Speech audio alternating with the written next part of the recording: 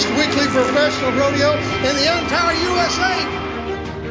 Open enough show exposure, it doesn't get any better than that. Got a tie for the lead after Bobby Moat scores an 87. Land Rosinus letting her rip.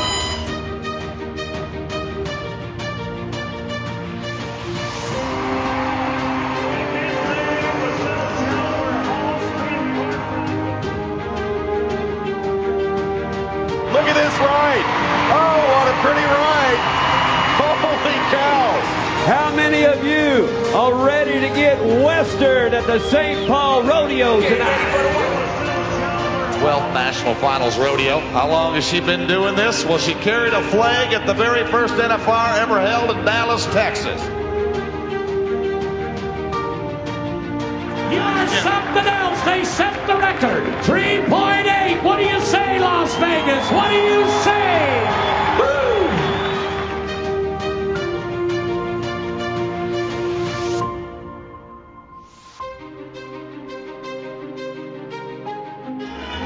Boy, look at this, though. Pretty typical for Cody Wright. That's a nice horse. He took advantage of it, makes a good ride.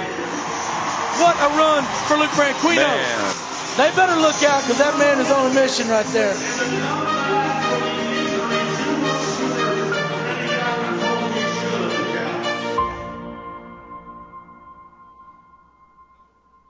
And a pleasant good morning to the Professional Rodeo Cowboy Hall of Fame for the 2023 Hall of Fame induction ceremony. Good morning, ladies and gentlemen, and let's meet our class of 2023, escorted by our one and only Miss Rodeo America, Kennedy Riggs.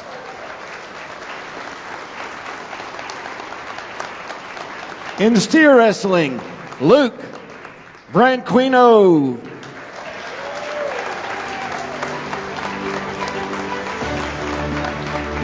Saddle bronc riding, Cody.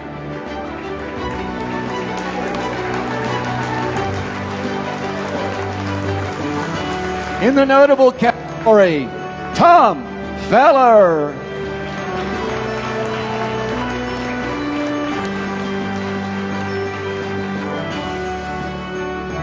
Team roping, Doyle Gellerman.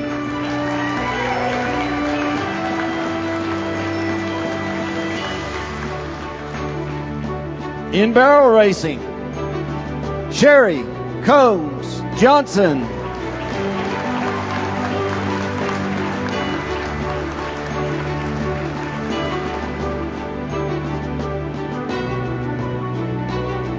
Rodeo Committee, St. Paul Rodeo President Sam McKillop.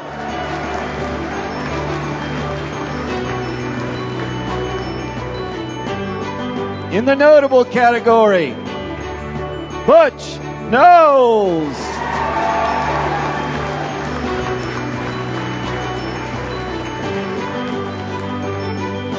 In the contract personnel category, Kenny, the Invisible Man, Clabaugh.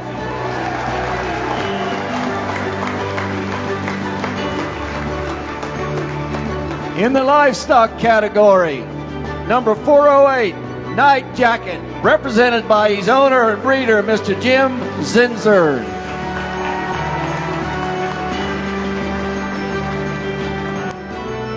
In the rodeo committee category, let's hear a great round of applause for Cowtown Rodeo and Grant Harris.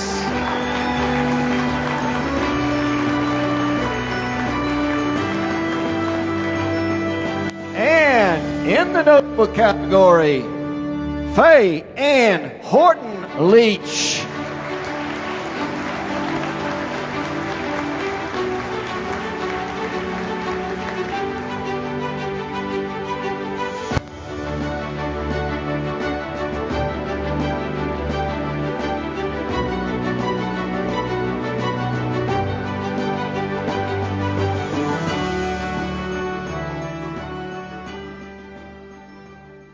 Now, ladies and gentlemen, please welcome cowboy preacher Grant Atkinson for our invocation.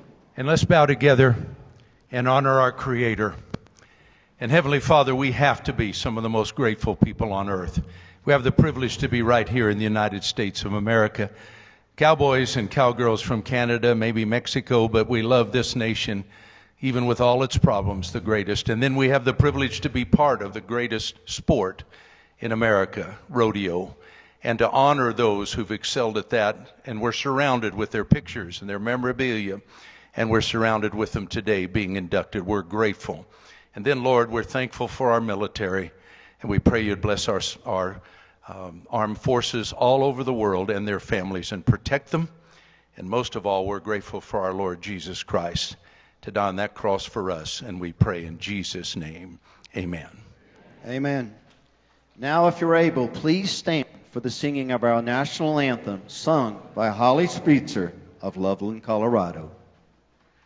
Oh, say, can you see by the dawn's early light what so proudly we hailed at the twilight's last gleaming, whose broad stripes and bright stars through the perilous fight o'er the ramparts we watched were so gallantly streaming, and the rocket's red glare, the bombs bursting in air, gave proof through the night that our flag was still there. Oh, say does that star-spangled banner yet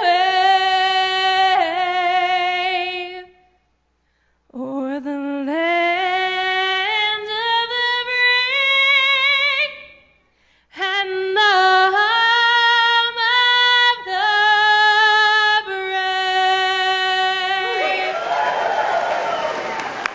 Thank you, Holly. Thank you, Chaplain. Now, ladies and gentlemen, I would like to address your attention to the podium. Let's meet the man behind the plan. He is your director of the Hall of Fame here at the PRCA. Let's have a great round of applause for Kent. He does a masterful job putting this wonderful ceremony together. Thank you. And welcome. Thank you for being here to honor this amazing class of professional rodeo athletes, members, and personalities. The road for us started in April when the class was selected, and we went to work planning and coordinating. And our week started on Thursday with our golf tournament, last night with the cowboy ball, and now today with our ceremony. But the road to this day for these 11 individuals started some many years ago, some in high school, some later in life, but with all one goal in mind, is to be the best that they could be at what they were doing. Congratulations to each and every one of you. It's been an honor to be a part of your career, to watch some of you achieve what you've achieved, and we come together today to give you the ultimate award and honor, is to be enshrined in this building as a member and inductee of the ProRodeo Hall of Fame. Congratulations.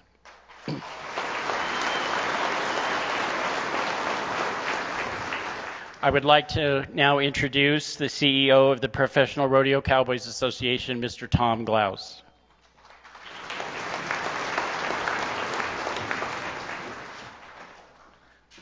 Thank you, Kent. Good morning and welcome to the ProRodeo Hall of Fame. I would like to recognize some special guests that I have here today from my home state. The Honorable Mark Gordon, Governor of the state of Wyoming.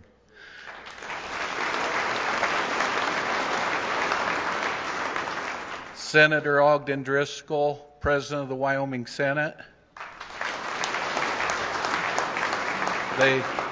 They are ranching neighbors of this year's inductee, Kenny Clabaugh, thank you for being here, for your support.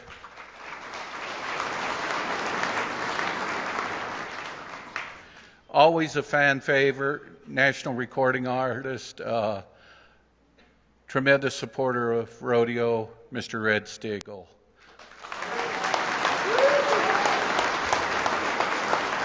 Thank you for being here. Congratulations to the class of 2023. Please join me in collectively giving them a round of applause.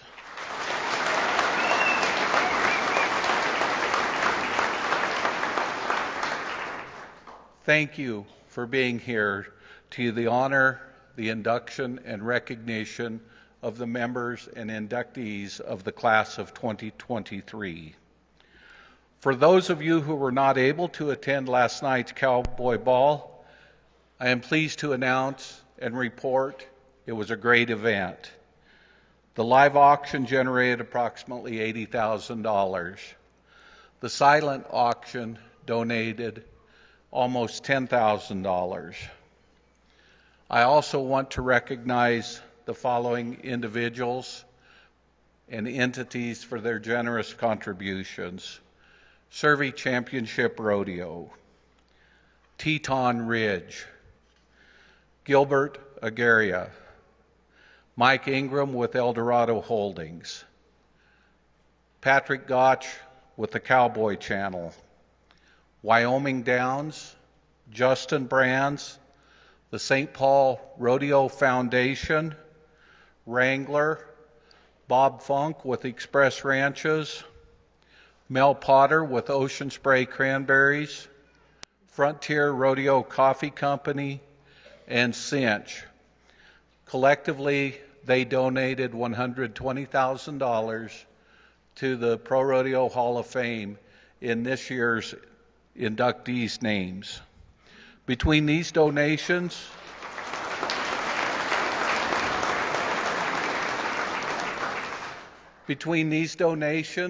the live auction and the silent auction, nearly $210,000 was raised to support the Pro Rodeo Hall of Fame. Thank you for the generosity of our rodeo committee and community.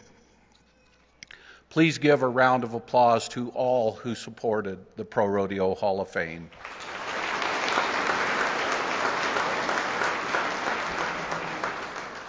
I want to recognize our Pro Rodeo Hall of Fame Board of Trustees, John Adams, Butch Morgan, James Miller, Jim Corco, David Allen, John Matson, Bobby Norris, Bart Hutton, Michael Dawson, Bo Gardner, Darren Peterson, Pam Menick, and Greg Hill.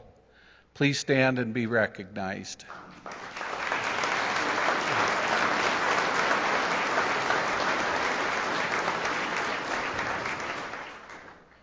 Thank you to all who sponsored this weekend's activities. A big thank you to Patrick Gotch and the Rural Media Group for bringing the induction ceremony to all of our fans live on the Cowboy Channel. I also want to recognize Kent Sturm, Director of the Hall of Fame, and his staff for the hard work and dedication to make this a memorable weekend.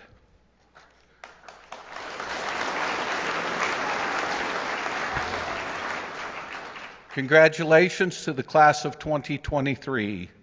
This is your day. We are honored to celebrate you and your accomplishments. Today we will enshrine the following heroes: 8 individuals, 2 rodeo committees, and 1 horse into the Hall of Fame. You are an inspiration to today's generation and will continue to inspire many more for generations to come. I look forward to hearing the stories of your journeys that led to your inductions. Savor the day, savor the moment, and may the memories of this weekend last a lifetime. Thank you.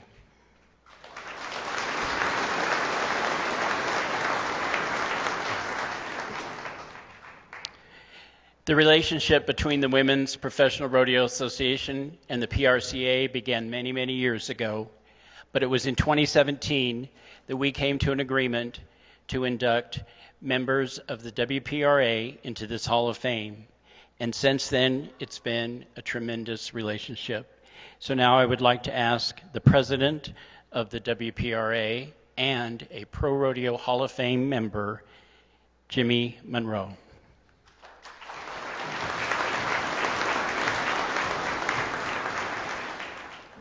Thank you, Kent.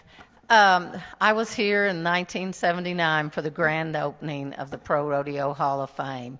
The induction took place outside, and as I stood and watched these legends in professional rodeo being inducted, Larry Mahan, Casey Tibbs, Jim Shoulders, and others, I remembered thinking that I hoped that someday the women of the then Girls Rodeo Association could have a place in the Pro Rodeo Hall. And as Kent said, in 2017, thanks to the PRCA and the Pro Rodeo Hall of Fame, the women were included in the hall.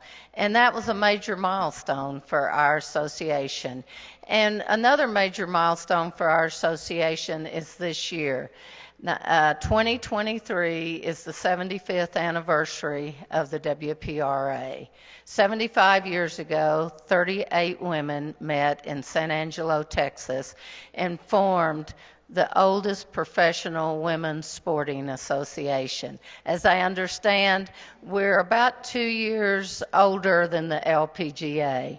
But these women, it's remarkable what they were able to do. These women just wanted to be able to compete. They didn't have the opportunity to compete, not only in professional rodeo, but just not really many places where women could compete.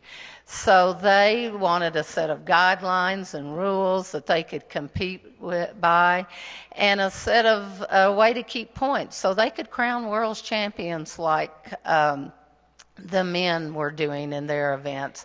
So as I said, it's remarkable. They started out, they had 60 events the first year. I really don't know how they had that many, but because they had to go out and really to find that many people that were willing to have the events. But like I said, it's remarkable what they've done. I hope, thanks to the Pro Rodeo Hall of Fame, for allowing the WPRA to have an exhibition here commemorating their 75th anniversary, thanks to Ann Bleicher, who gathered a lot of the memorabilia to sort of trace the history of the association. So I hope if you have time sometime this week, you'll go and see our exhibit there. And again, thank you, Kent, for allowing us to have that. I don't think that we could be any better represented with the inductees that are representing the WPRA this year. They were very involved in the earlier years of this association. Faye Ann Horton served on the board of directors in those early years for the WPRA.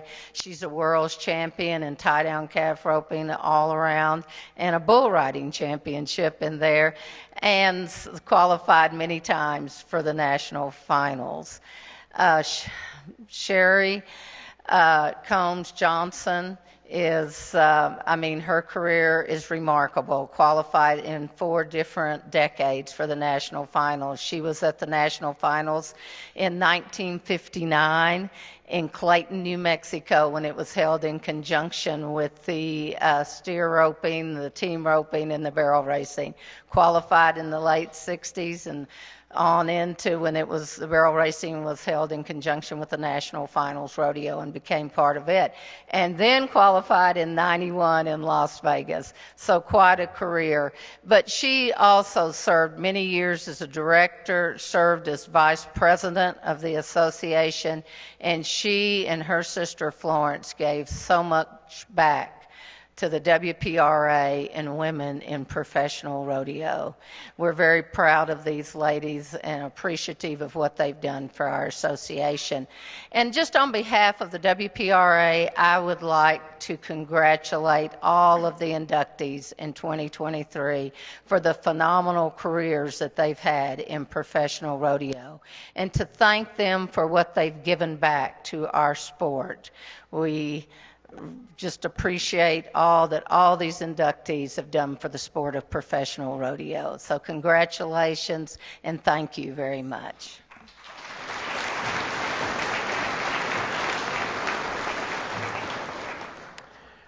A pretty important part of the PRCA and rodeo as a sport is the job of promotion and fan interaction and working with our sponsors that Rodeo Queens do. We are honored to have Miss Rodeo America here with us today, Kennedy Riggs, thank you. But we also have several visiting queens from a lot of the states and some regional queens. So to thank you for the jobs that you do all year long for our sport, would you all stand and please be recognized?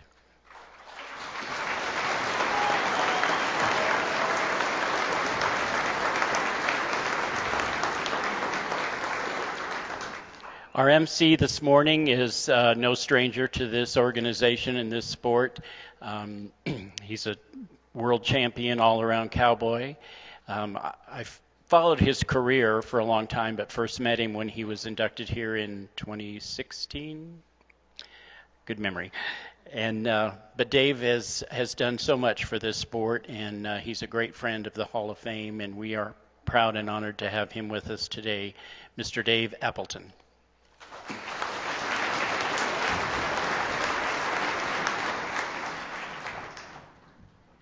Thank you, Kent, and good morning, everybody, and good morning to everybody that's joining us on the Cowboy Channel. It really is such a great honor to be your MC this morning, and as Jimmy touched on, as Tom touched on, this class epitomizes what rodeo really is all about. They have been legends, trailblazers in their own right, and for all the inductees, to put this into perspective, in rodeo, when you enter and you compete, you can win anything. But guys and ladies, this is not one you can win. This is one where your peers step back and say to you, job well done. Enjoy this day. And for all of the fans that are here joining all of these inductees, there's one rule. When the person that you're here to support is coming up to this stage, please let them know what they've done and what it means when they step up on this podium, because the minute they step on this podium, their lives will forever change. From this day forward, they'll be known as one thing, a Hall of Famer. And there's nothing more notable in anybody's career than to be known as a Hall of Famer. So congratulations to all. And with that being said, let's take a look at our first trailblazer, our first inductee. Inducted in the notable category is a 9-time qualifier in the barrel racing. She was a founding board member and a contestant in the Girls Rodeo Association, now known as the Women's Professional Rodeo Association. I turn your attention to the screen to find out more about this outstanding athlete. Faye Ann Horton Leach led the Girls Rodeo Association, now known as the WPRA, as a founding member, competitor, and board member. She was one of 38 women who met in San Angelo, Texas on February 28, 1948, to form the very first professional sports association created solely for women by women. Although a founding member, it would be a few years before she transitioned from the amateur ranks to the GRA after receiving encouragement from Wanda Bush, who was inducted into the Pro Rodeo Hall of Fame in 2017. While Horton Leach never won a world title in barrel racing, she was always in the mix, qualifying for 9 consecutive NFRs starting in 1959. She would finish third in the world in 1962 behind Sherry Johnson and Bush. Like many cowgirls during this era, they competed in many different events, with calf roping being one of her favorites. In fact, she broke her mentor's streak of 6 consecutive titles in calf roping when she beat Bush for the world title in 1957. She would add 3 more of those titles in 1959, 1963, and 1971. She won the all-around in 1960, the flag race world title in 1964, and the one that might surprise everyone was her bull riding title in 1966. In the mid-1960s, Horton Leach was elected to the GRA Board of Directors and served stints as both barrel racing and calf roping director. In 1967, Faye Ann married Billy Leach, who competed in the PRCA roping calves and steer wrestling. Together, they would get into a new business of making ropes, Billy Leach Ropes. After 20 years, the couple sold the business. And today, Faye Ann Horton Leach will be inducted into the Pro Rodeo Hall of Fame. Ladies and gentlemen, WPRA notable, Faye Ann Horton Leach.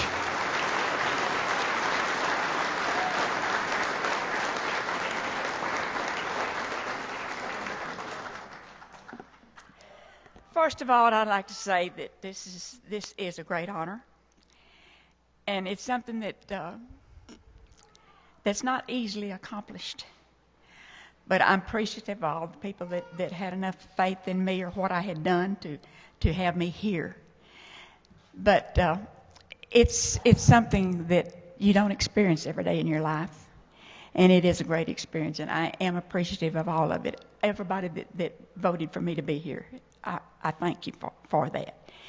And all the inductees that are here, they're here because they have done something very special. And something that you don't, as he said, it's not given to you, it's accomplished. So I just thank you for this privilege to be here, and I love each and every one of you. And that's about all I've got to say.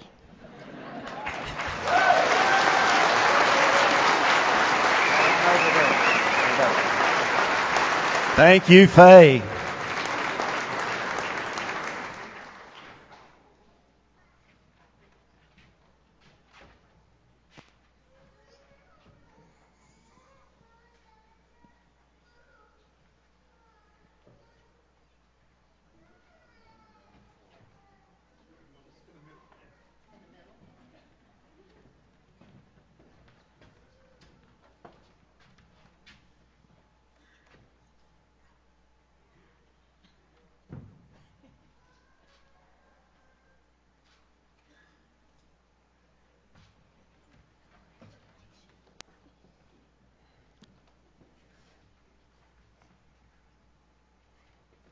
Let's have it. Wait up, Faye Ann. Don't go anywhere just yet. Thanks, everybody.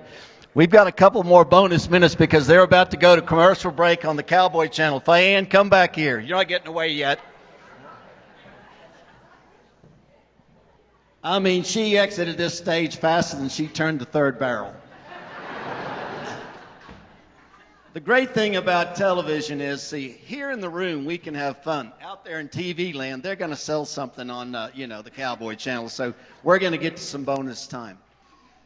Jimmy Monroe talked about you being a founding member of the GRA. Talk about that experience when you ladies sat down and started the process. It was just hard work, and we wanted to be recognized as cowgirls and not just specialty acts. And that was our goal all along, to be accepted. Speak about that, getting accepted. There's so many things that have happened in the GRA and the foundation and the getting. What was the pushback? What was the people that stepped forward and said, we're going to get behind you? Jimmy talked about 60 rodeos the first year. You had to be so proud of that achievement. Well, it was, and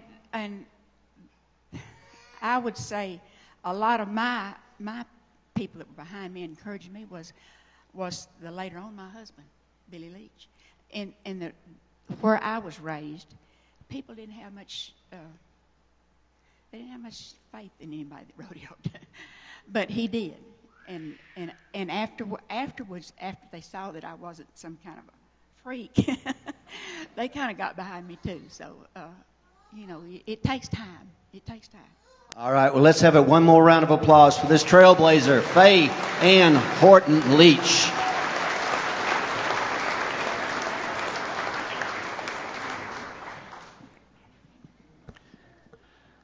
Inducted this year in the Rodeo Committee category is the oldest weekly professional rodeo in the United States, with history dating back to 1929.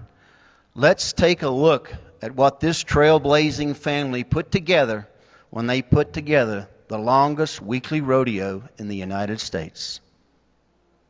Started in 1929 by Howard Harris Sr. and his son, Howard Stoney Harris Jr., The Cowtown Rodeo has been a staple of Eastern Rodeo.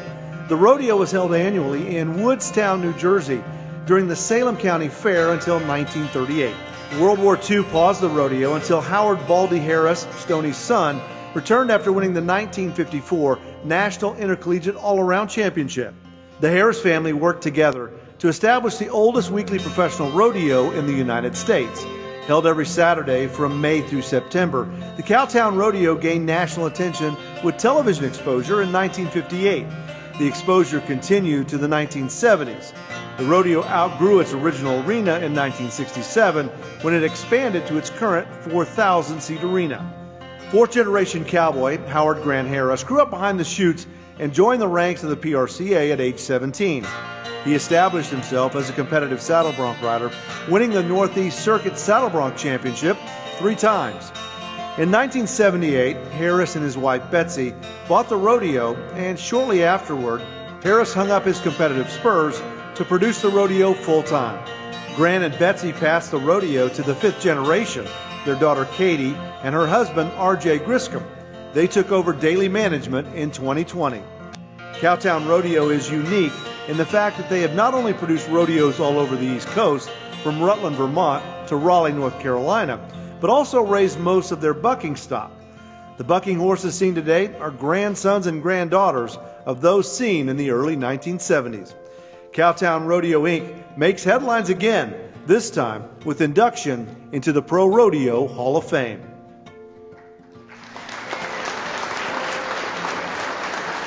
Accepting on behalf of Cowtown Rodeo, I present to you Grant Harris. Joining him as well on stage is his wife Betsy and family.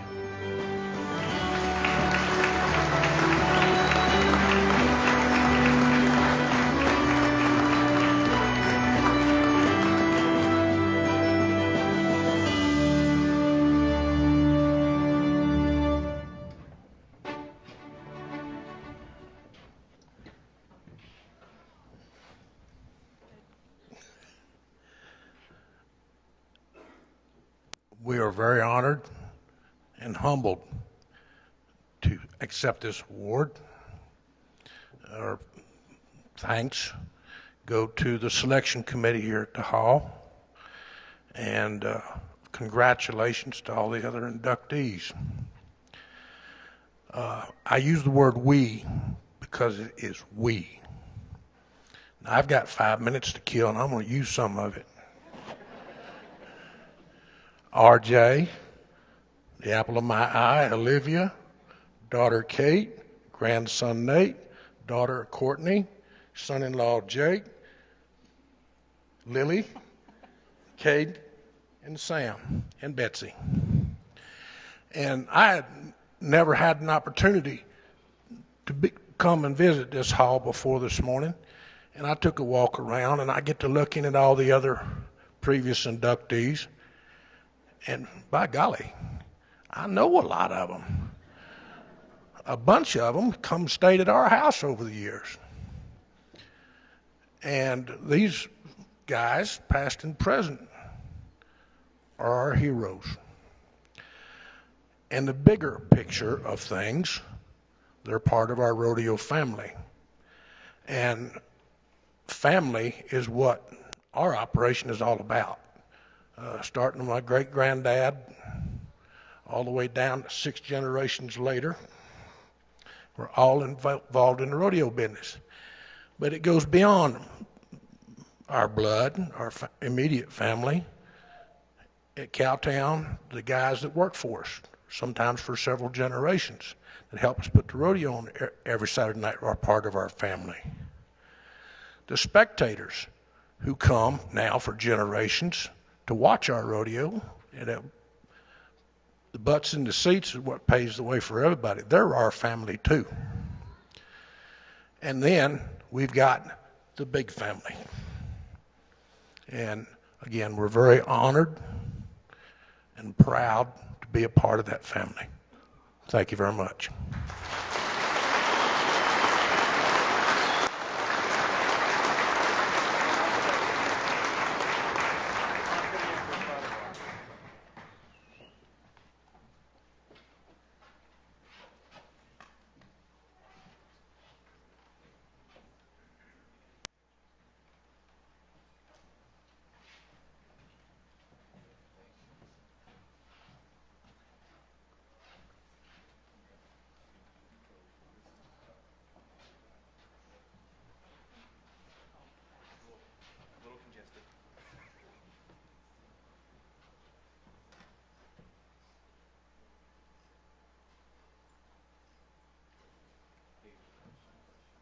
One more time. Let's have it for a big round of applause for Cowtown Rodeo.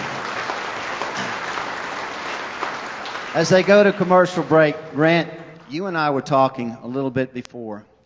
You touched on something to me that I think is very key for the foundation, and you touched on it when you mentioned your family here. It all started in 1929, but it didn't start out as a rodeo. Tell us how it started. My great-granddad had started a cow sale in Woodstown, New Jersey, and it got very, very popular. We're in an area of hundreds and hundreds of farms. They all have, livestock, and from horses and mules all the way down to chickens, you name it, dairy cattle. And literally thousands of people came to that sale every Tuesday. And my great-granddad, quite the entrepreneur fella, said, well, how can we capitalize on this crowd of people that gather here besides collecting commission? So the family knew livestock, and they bought some Brummer bulls over at the Lancaster Stockyards in Pennsylvania, and they had a bunch of green horses hanging around. And they put on the first rodeo in 29, I'm pretty sure, with just a bunch of local farm boys climbing on. So get to 1931, the Miller brothers, 101 Ranch, went bankrupt and had a sheriff's sale in Washington, D.C. Great-grandpop and grandpop went down there and bought a bunch of livestock and equipment, tack and what have you. And there's a bunch of, guess what, broke cowboys hanging out needing a way home, and they offered them if they come help them put on the rodeo at Woodstown, he'd buy them a one-way train ticket anywhere in the United States. A number of those guys during the Depression stayed, and over the years, that professionalism of the rodeo and talent just built, and we're still working on it. How about that? That's how you get started with a family legacy rodeo. One more round of applause for Cowtown Rodeo.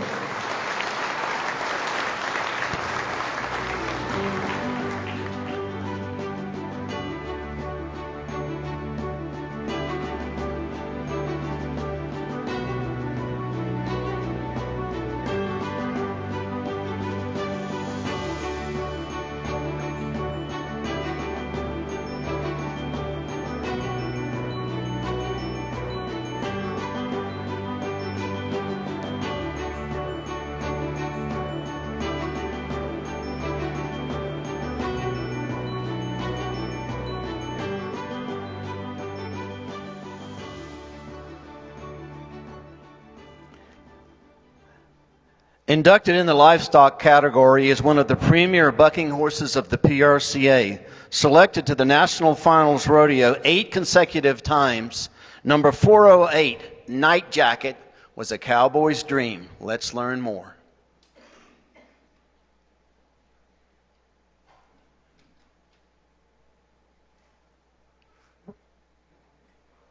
Born in 1994 on the 600-acre Zinser Ranch in Clare, Michigan, number 408, Nightjacket, would become a premier bucking horse in the PRCA. His dam, number 108, Nightline, was raised on the ranch. His sire, number 14, Big Timber, was a purchase and came to the ranch without lineage. For 8 consecutive years, Nightjacket performed at the National Finals Rodeo from 2000 through 2007. His unique way of bucking and beautiful appearance caught the eyes of many. The bareback horse was known for kicking high in the air and giving cowboys float time, making him a rider-friendly horse. One of his top performances came in 2001 when he carried Landla Jeunesse to an 89-point ride. Open enough show exposure, it doesn't get any better than that. Got a tie for the lead after Bobby Moat scores an 87. Landla Jeunesse letting her rip. After 40 years in the rodeo business, Jim and Margaret Zinser decided to sell their J-Bar J Rodeo Company. Cullen Pickett, a Pickett ProRodeo, purchased all the bred mares, sucking colts, yearlings, and studs for his Fairfield, Texas operation in 2008. Nightjacket was purchased the following year for $200,000, the largest sum the rodeo business had ever seen.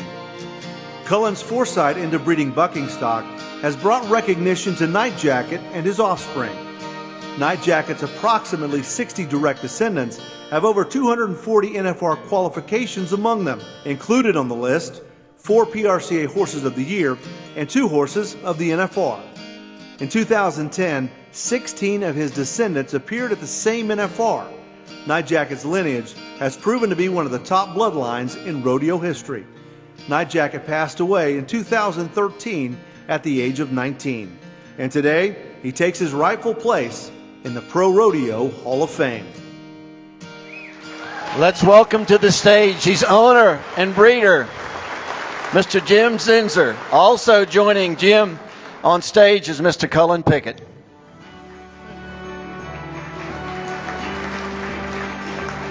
Thank you, Dave. Good morning. First, I'd like to thank my Lord and Savior for being able to be here this morning.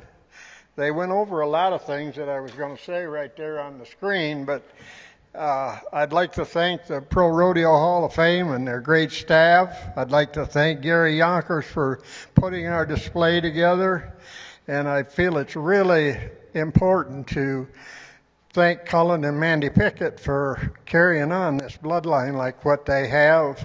They've done an outstanding job. I'd like to go back and kind of talk about where he come from with them genetics. I had a man call me in 1970 that owned a rent stable in Detroit, Michigan. He said, "Jim, I think I got a horse that'll work for you." I said, "Well, what do you want for him, Frankie?" And he said, "I want $150 or I'm going to ship him to slaughter." Well, I was a little hesitant because, you know, not too many of them work. But I brought her, took her home, branded her number 29 and called her Nightmare.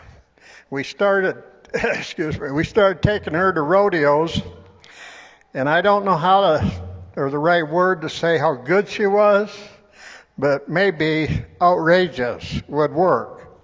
She was that way for 10 years. And in them years, she was voted Bareback Horse of the Year 3 times at the International Professional Rodeo Association.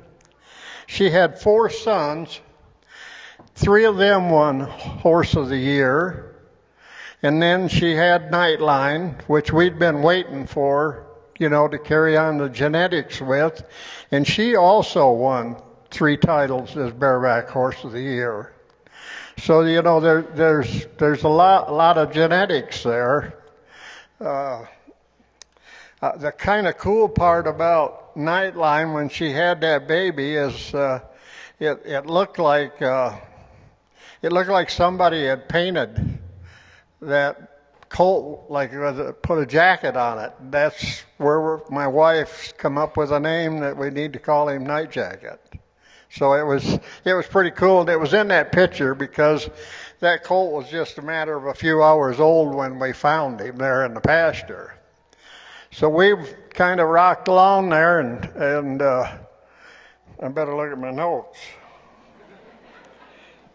Oh, I was at a horse and bull sale of Gerald Smith's in Texarkana, Texas, and Hank and Lori Franzen put a stud in there, and I bought him, and that's where we come by with his dad, 14. I called him Big Timber is what I called him. Nightjacket went ahead and was voted Bareback Horse of the Year in the Great Lakes Circuit, and as the video said, he went to the regular national finals from 2000 to 2007, and that's where we retired him there at the Thomas and Mack. After that, in the fall, we decided that we was going to sell J Bar J, and we went ahead and split it to sell it. Sparky didn't have enough money, so he bought the 5-year-olds and older, and Cullen and Mandy bought all the mares, 2 stallions, and the sucking colts through 4 years old. And I'd like to say, too, that I want to thank Sparky and Marlene for the great job they've done with them genetics, too. They've really done a good job. At that time, we had no thoughts about selling Nightjacket. We were not going to sell him. And then in 2009, we decided we was going to sell him, and we negotiated a deal with Cullen and Mandy for $200,000. And he went to Fairfield, Texas to be with them mares and colts to carry on that lineage of what they had bought previously. I think it's in kind of ending, you're talking about 53 years that we're talking about to get to this day, and $150 mare's genetics to where we had Nightjacket. And I really feel that lineage is going to be there for an awful long time, because when you talk about a horse that's had 60 horses at the Wrangler National Finals that his genetics are involved in, it's awful good. Thank you.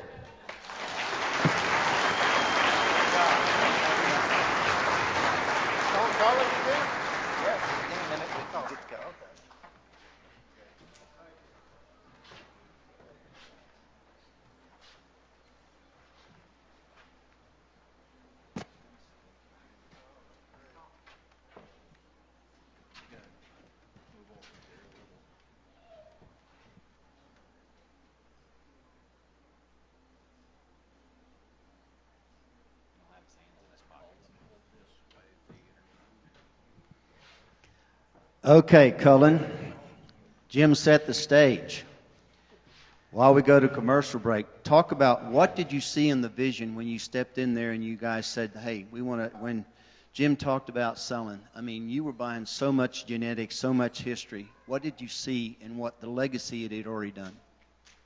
Well, I thought it was pretty simple. I couldn't believe that I had the opportunity to buy it. I was planning on being in the rodeo business a long time, so I thought the best way is to buy the factory, not buy the product. So that's the way I looked at it. And then, you know, Maggie, she called me about buying Nightjacket, and of course, and told me how much she thought he was worth, because they had some offers from different places, and I said no. And she never heard that. So. Have you ever seen a wife hear no? Well, his and mine, no, for sure. So we talked for, I don't know, several days, and turns out that's the cheapest horse I've ever bought. I got to like that. You know, we've got about 45 seconds left, Jim. I mean, how rewarding is it for you to see this legacy, as you touched on, 60 horses at the NFR from those genes, and you see what Sparky's done, what Cullen's done? How rewarding is it for you to sit back now and watch the fruits of your hard work? Well, I don't think, Dave, you can even dream of things being that great. You know, it's just something that, it's just amazed that it's happened.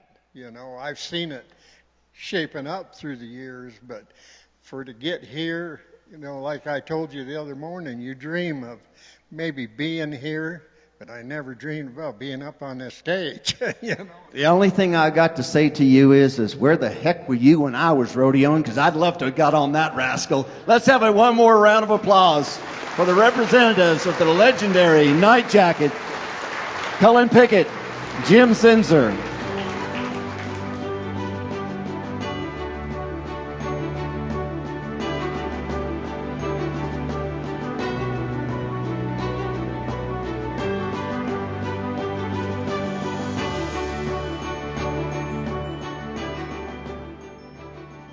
In the personnel category, this man was known as the Invisible Man.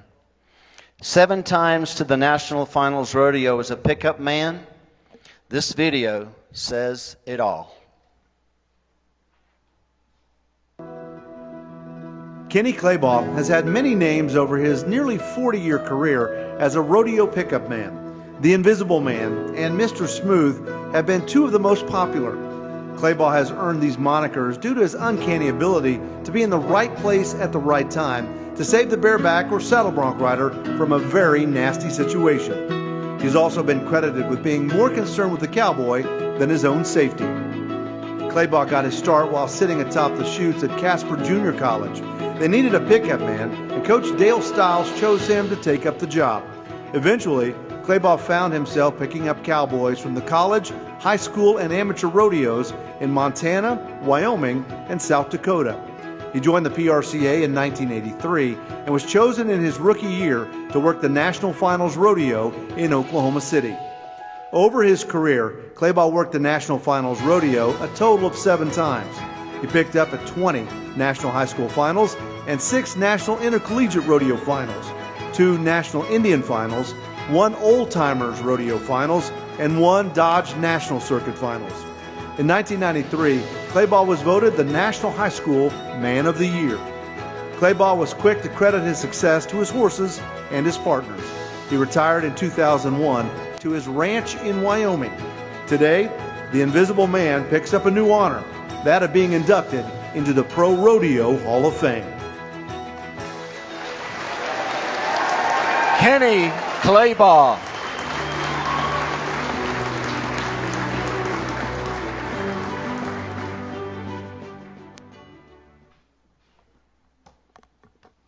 We might have to put a 2x4 under that. Go ahead. Just kind of hold the floor. Good morning. I'd like to congratulate the other inductees. I feel humbled to be one of those honored today. Pickup men like me are behind-the-scenes guys. We're especially not out to talk. I would much rather rope a mad bull and give this speech. So I'm going to read this so I won't forget anyone or anything. When my friends Nancy and Larry and John and Becky asked if they could submit my name to the ProRodeo Hall of Fame, I said, sure, why not? Probably won't happen, but I appreciate them for trying. Lo and behold, the board who votes on these things saw their way to adding my name to the list. To say this is a privilege and an honor doesn't really say enough, but I don't know any other words than from the bottom of my heart, thank you. Now I'd like to take a little time to thank some people and give you a little history as I go. I attended Casper Junior College. We were practicing at the arena. I was sitting on the back of the bucking chutes. Our coach, Dale Stiles, said they needed a pickup man. Would I help? That's where my career began. But here's the fun fact. My college rodeo buddies, T.J. Walter, J.C. Bonine, and I picked up whatever didn't buck. Sometimes it was caught a rodeo before anybody nodded their head. I started picking up with Harold Jard at high school amateur rodeos and picked up my first National High School Finals in 1981. In 1983, John Taylor and Steve Sutton asked to buy my PRCA card. I bought my pro card that year and picked up the NFR in Oklahoma City. I was awful nervous the first 2 perfs. Clint Johnson, Brad Jermenson wanted to know what was the matter. I told him, I said, I guess I was nervous. First time to NFR. I told him, Brad pointed to a buckle and he said, you know what NFR stands for? I said, yeah, National Finals Rodeo. He said, no, it's another friggin' rodeo. Maybe not in those words, but. In that perf, J.C. Trujillo hung up on Big Bud. You react. You don't have time to think about it. J.C. was knocked out, and that's when I forgot about being nervous. I knew I could do the job from then on. There are a few people I would like to make my life better only as a pickup man, but truly as friends. Thank you, Kay Jeffers, for keeping my business straight, and to Teresa Underdown for helping me write this speech. Thank you to Steve and Debbie for taking care of my horses at the NFR and a great many high school finals. Thank you to stock contractors, rodeo committees for having the faith in me to select me to work the rodeos. Thank you to the PRCA and the ProRodeo Hall of Fame. My partner, Steve Sutton, and I spent 19 years together at the National High School Finals. One of my best NFRs was 1986 with him. I never Had to wonder where he was because we thought just alike. I spent the next 20 years attempting to be as good as he was. He should be standing up here alongside me. Rich Peterson and Don Malley were also guys I appreciated and was blessed to work with. And I'll tell you this, at one NFR, Danny Etbauer was in trouble. Whistle blew, Danny got off awful high, like right around my neck. I was able to get under him, and when he came down, he said, "Thank you," and kissed me on the cheek. 18,000 people saw it. And if anybody missed it, Hadley Barrett and Bob Tomlin made damn sure they knew it. I logged a lot of miles and took more than me to get to some rodeos. Mark Garrett was one who helped me driving, but I had to promise him that I would never tell Wayne, Herman, Kenny Lenzigraf, or his brother, Marvin, how far he drove. The best horses I had were never sold. They were retired to Crazy Horse Monument in South Dakota, and at one time the youngest horse there was 31 years old. I've had a lot of help from a lot of people, too many to mention, and just know, I remember. What an honor. Thank you.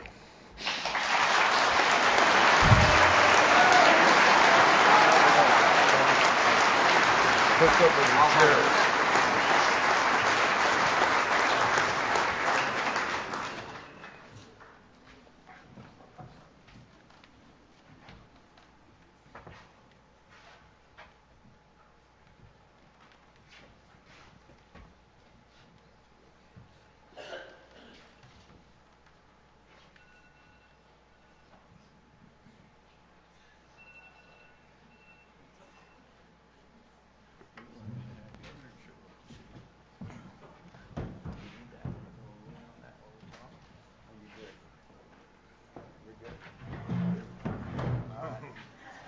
I'm not going to kiss you.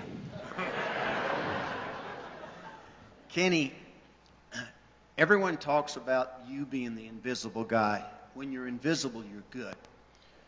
Being mounted is part of what makes you good. Talk about your horses, how you trained them, where you found them. Go back to the foundation of what gave you that opportunity to be in the right position all the right time. You drove a lot of miles to look at a lot of horses. What was the key to find the right horse? Just feel if they had the guts to do it and could run. You know, we see in all the events in rodeo, timing is a big factor. How long did it take for you to figure out the timing it takes to be able to be in position to move in there? I mean, you got to have a subconscious clock. Do you hear the horn go off when you know to move in? There's so much that goes on in the arena that people don't realize how important you guys are. It's just instinct, I guess. I don't know. You just do it. If you don't start talking much, I am going to kiss you. Here's the best part. You talked about Danny, you talked about Clint. I mean, what was the ultimate compliment for you as a pickup man for a job well done? Was it the contestants that came back and thanked you, or was it the announcer, or was it the stock contractor that paid you for what you did? All of the above. All the above? Yes, sir. All right. Well, the man said he's short of breath, so thank you very much. Let's have it one more time. Kenny Clabaugh, the Invisible Man.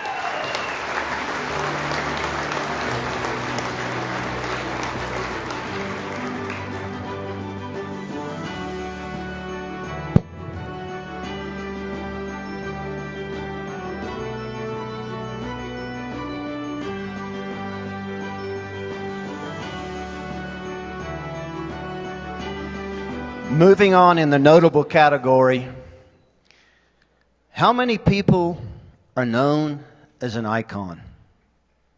You can be an icon many ways. This man was an icon in the arena. He was a saddle bronc riding average champion. He's an icon as a commentator.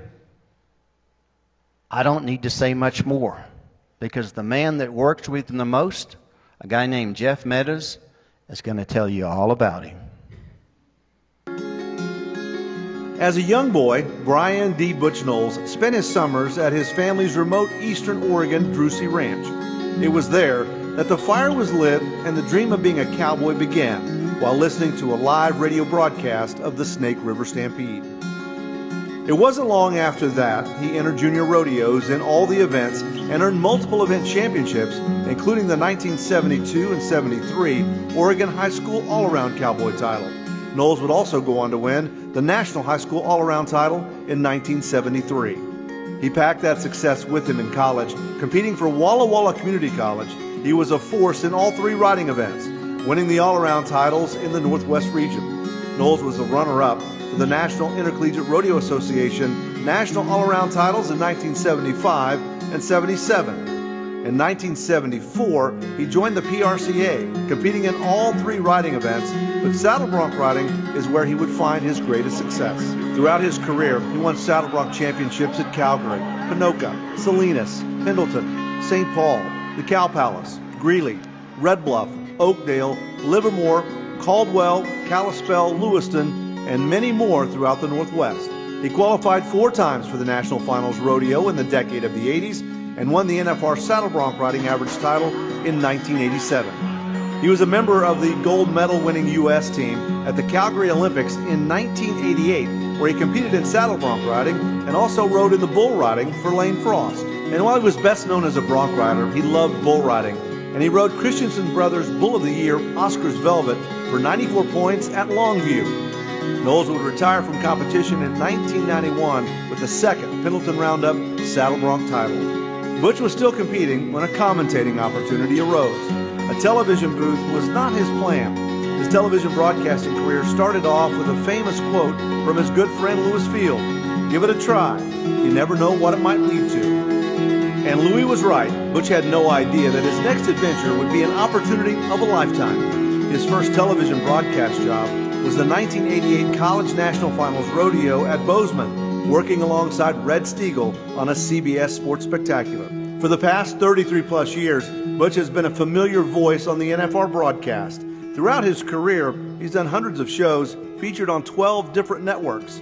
With the help of talented, accomplished crews, Butch has had the pleasure of educating and entertaining rodeo fans by simply sharing his knowledge and passion about a sport that has given him one heck of a good ride. Please welcome Butch Knowles to the Pro Rodeo Hall of Fame.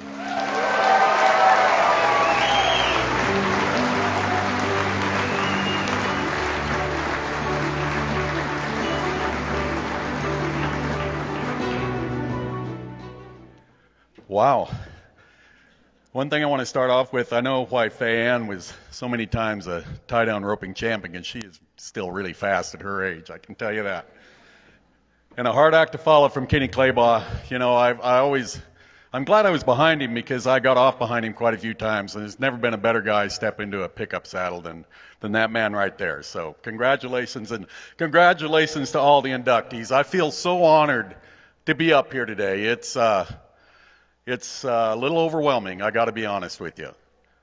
You know, when we start our careers, you run into people along the way. People come through your lives, and we all do it. Everybody here has probably had people come into your life that you look back now at this point in time, and it's like, holy cow, that was life-changing. And I, too, had a lot of people come in my life and help me get to where I am right up here. Probably the first and foremost, Mary Knowles. She should be up here with me, really. You know, we started as kids a long time ago, and holy cow, you know, here we are now. So that's awesome. My 2 sons, Brian and Blake, 2 great cowboys, and I'm so lucky to have them, and their wives, Janessa and Whitney, and my crew. They're all little right now, and I go have coffee with them every morning. You know, it's so much fun. Catherine, Lydia, a little Marin, Trell, and then Dawson. Of course, you spell Dawson with a Y, I'm told. And anyway, they're my crew. But there's some other people that have come through my life that just was absolutely important. And Kenny touched on the people in his life, and I need to recognize them as well.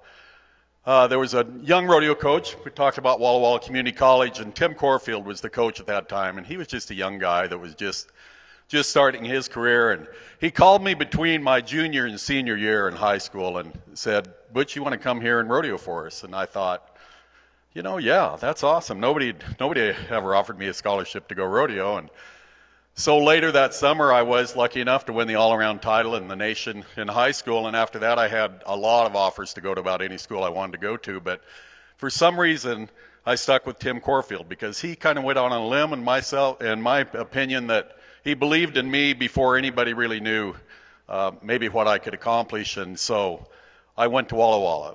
And that was a great move on my part. Tim was the kind of guy that pushed people, and he pushed me to become an NIRA board student director.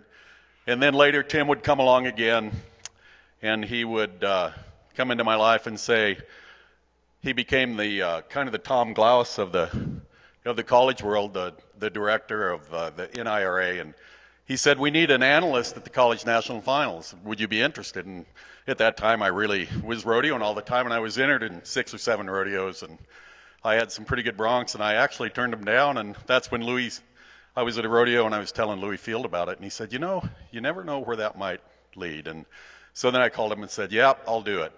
And I was so lucky to get to go to the college national finals and work with Red. Red Stiegel I sat beside him, and it was, you talk about nervous. I mean, I'm nervous now, but that was really scary. So then Tim came along later, and he said, we need someone to represent the NIRA and do some judging seminars. And he said, we've got to send a guy from our side, and the PRC sending a guy from their side, and they sent me with Jack Hannum, and that was probably the biggest and best thing that's ever happened to me. Jack was just a phenomenal person. And Jack was a guy that, he was so successful in the arena. I think he won Cheyenne and Calgary the same year. He went to the national finals in the tie-down roping and the steer wrestling. But he was a teacher before he rodeoed that hard, and he was a football coach as well. And so at the first seminar, I watched him do his presentation, and it was just amazing how he could break all down the events and make them so interesting, but yet really make sense of it all. And I, it's like anything, when you hang around someone like that, you learn so much from them. And I learned so much from Jack that I still use today in what I do. And of course, I got to thank my old traveling buddy, David Botham. We traveled together. I traveled with lots of guys, we did, but pretty much our whole career was spent together, it seemed like, in a car. And I got one story. We were early in our career. I think David had been to the finals a couple times, and I hadn't been yet. And I was having a good year. I was pretty solid in the top 15, and we got to Cheyenne, and David said, and he just had a horrible spring. Hadn't won hardly anything. And he said, I think I'm going home. And I said, no, David, don't go home. Stay out here with me. Finish the season out, If you need some help, I'll try to help you, but just don't go home. And so he was so nice, and he stayed out there with me. And well, when November came and the end of the year came, David had went on a complete heater. He went to the national finals probably in the top 8, and I ended up 16th that world. So in hindsight, what I should have done is when he said, I think I want to go home, I should have drove right to the airport at Cheyenne and bought him a ticket. And then I should have went to Doyle, Gellerman, and said, Doyle, you look like you should be a bronc rider, not a team roper, and let him travel with me, and I maybe would have made it. But it was a great ride. David, he was such a good friend. And then as it went on, it kind of went through a deal, and I segued from actually competing in the arena into the television, and of course getting to work with Red was my first job. And on those seminars that Jack and I did, it used to be that announcers had to be at the seminar as well. And we were doing a seminar here in Colorado, and there was a guy by the name of John Bumgardner that happened to be the producer of the Heston telecast, the NFR, and the DNCFR, and he was also a part-time rodeo announcer. After our presentation, he came up to me and said, Butch, would you want to go to Pocatello and maybe be the analyst during the saddle bronc riding? And I thought, yeah, I'd give it a try. It's not that far from our ranch, 5 or 6 hours. And so I did. And when I got there, he said, why don't you just do the whole rodeo? And so I did. And after that, he said, would you be interested in doing the National Finals Rodeo? And that's really when the door flew open for what I've done for 3 decades. And I've been so lucky to have done that because, it was just such an opportunity. And probably the biggest deal that I ever had come my way. Of course, I was so lucky to work with some great, great talent, starting with Red. And then I sat between Hadley and Randy at the NFR. And then a guy by the name of Carl Arkey, who was a sportscaster from Utah, was really, really good. And then, of course, when I sat down by Jeff Metters, it was just best thing that's ever happened to me. A lot of people wonder what Jeff Metters is like. And I tell them he's the kind of guy that when you meet him, you feel like you've known him forever. He is just so comfortable to be around. He is such an amazing talent. And as you see in all the clips from the inductees, his ability to not only be on camera and be so good, but to write features like that and bring people up, he's just, it's the best thing that ever happened to me. And now we're kind of like an old married couple that, you know, he knows what I'm going to do and I know what he's going to do. And it's just been a great, great opportunity. And the thing that I'm so lucky to be able to do and have done is I've got to watch so many wonderful careers from start to finish. You know, when you think, I mean, incredible careers. Ty Murray, for example, you know, or you go to Dan Mortensen in the bronc riding, or you go to Casey Field in the bareback riding, or you go through the tie-down roping that year that the tie-down ropers at the National Finals Rodeo, that used to be kind of a time when people would get up and go get a Coke or something. And that year that I think Blair Burke started the run, he set the new arena record at 7 flat. And then Fred came by him and roped that calf in 6.9. And then Jeff Chapman, who came just from nowhere, roped his calf in 6.8. And I'm not kidding you, that building erupted. And they were like the Beatles. They changed calf roping from where it was to what it is today. And it's just an incredible event. And I was all part of that. Of course, that record's been broken now at 6.5, I think, by Cody and Trevor Brazil and those guys. And you know, in Trevor Brazil's career, holy cow, when you think of what he has done for our sport. When Ty Murray won his titles, I thought there is no one can never touch him. And now, I mean, that was a mile ago. And Trevor, I'm not sure if anybody can touch his. And when you look at all those great cowboys that I've had the opportunity to speak with and bring their stories into millions of homes, I am so lucky to have got to do that because I want to do it and I wanted to portray them as what the great athletes they really are. You know, if you put all of those guys in any other sport and they accomplished what they've accomplished in the sport of rodeo, they wouldn't be just players. They'd be the greatest of all time. They'd be the Wayne Gretzkys or they'd be the Michael Jordans. And we are so lucky to have them in this sport, and I've been so lucky to see almost all of their careers. It's amazing. I've been really, really lucky. When we were rodeoing, we were just a bunch of 20-year-old bronc riders and going down the road, immature, but we'd compete in a real dangerous sport, but we were just kids. And one of the things we would do was when we got to the rodeo, we would see if we could get into the rodeo with actually we didn't want to show them our PRCA card. We could see if we could get in without them knowing.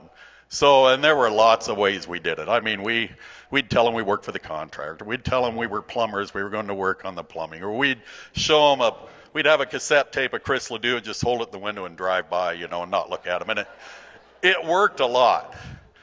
And all my friends, who they are, and all my friends that have traveled so far to come here today, you know, I just love you guys. I really do. And I don't throw that love word around much. I'm kind of like Kenny Clabaugh. I'm kind of different that way. But so many guys, and when we played that game, we'd get into so many places, and I think I really pulled the big one off now. I think I've talked my way right into the Pro Rodeo Hall of Fame. Thank you. Thank you very much.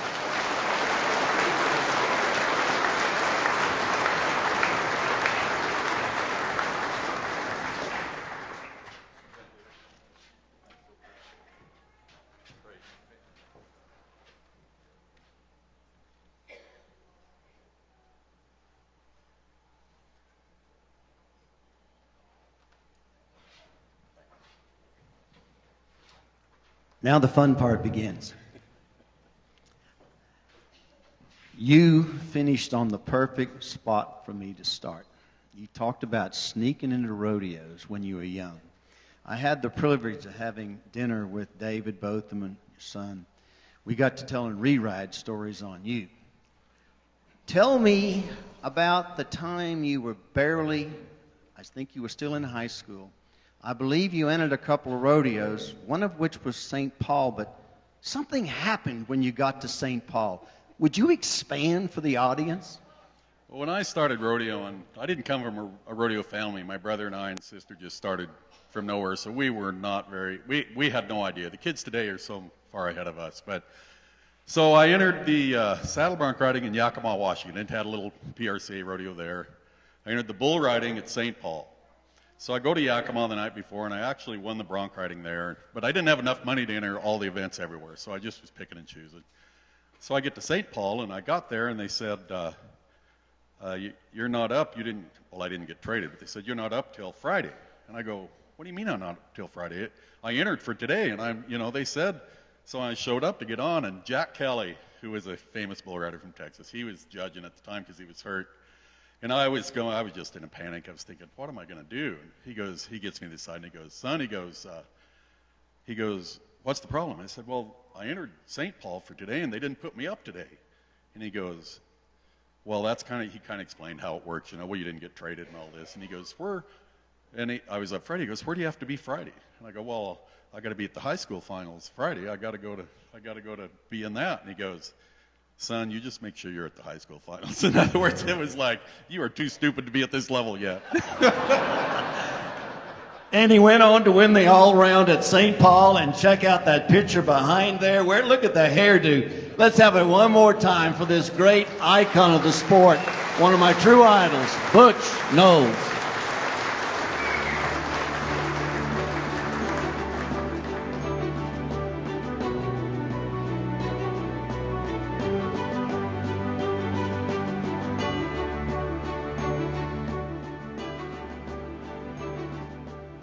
In the rodeo committee category, imagine a group of people getting together in 1936 in a town of 350 people saying, let's have a rodeo. And today, just a few weeks ago, it celebrated its 87th rodeo in a town of now 450 people, with 60,000 fans showing up at the rodeo over 5 days. Here is more on the story. In 1935, 8 local farmers and businessmen conceived the idea for the St. Paul Rodeo. It's safe to say that when the founding directors envisioned a rodeo at St. Paul City Park, they did not foresee establishing a premier rodeo. The first event was staged on an old baseball diamond with an 8-mile track, 4 bucking chutes, and a roping chute. 50 Oregon cowboys showed up for the first rodeo on July 4th, 1936, and competed for a $500 purse.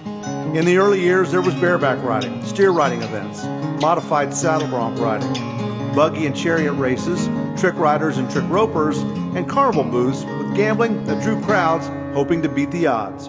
During the 1940s, the rodeo acquired lights for the arena, covered bleachers, new chutes, and joined the Northwest Rodeo and International Rodeo Associations. In 1956, another section of covered grandstands was added to bring the seating capacity to 10,500. Small trees were used to line a track for horse races and remain a unique feature of the arena today.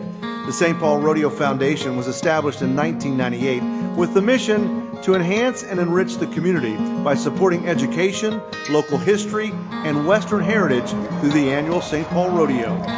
Today, the St. Paul Rodeo remains a non-profit corporation powered by over 420 members who volunteer their time with one main goal: to produce the nation's greatest 4th of July rodeo. The reputation of St. Paul is enhanced even more today with induction into the ProRodeo Hall of Fame. Ladies and gentlemen, please welcome to the stage St. Paul Committee men Sam McKillop and Kevin Smith, president of the St. Paul Rodeo Foundation.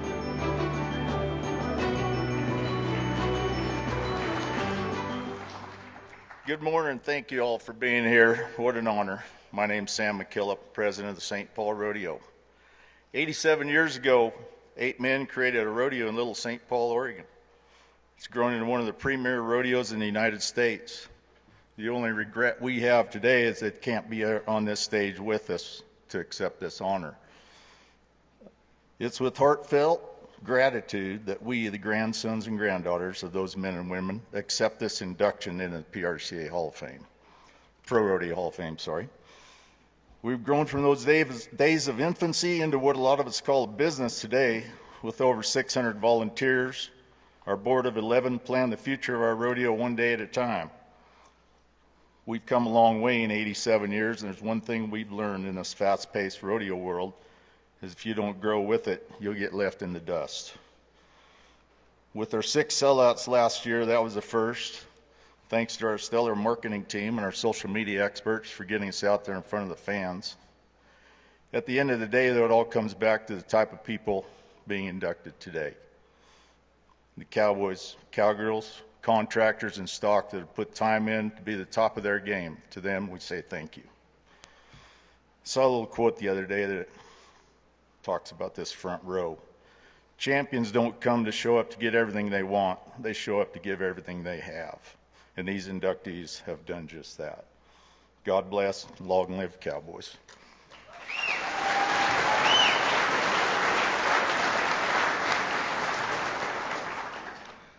St. Paul Rodeo is here today, 10% of the town, I might add, to continue our mission begun by our founders in 1935 to support our greater community and honor our Western heritage by producing a world-class rodeo. The founders included 3 Smiths, a McKillop, Moneg, and Gooding from St. Paul, a Butt from Newburgh, and an Unger from Mount Angel. Our millions of fans near and far, and now on live television at the Cowboy Channel, prove our success. Our membership, volunteers, sponsors, and royal courts, too numerous to mention, have stood alongside us. Here are just some of the names that have come to us as family from the PRCA. From this very class, the 2023 class, Luke Branquinho, Cody Wright, and Butch Knowles are St. Paul Rodeo champions.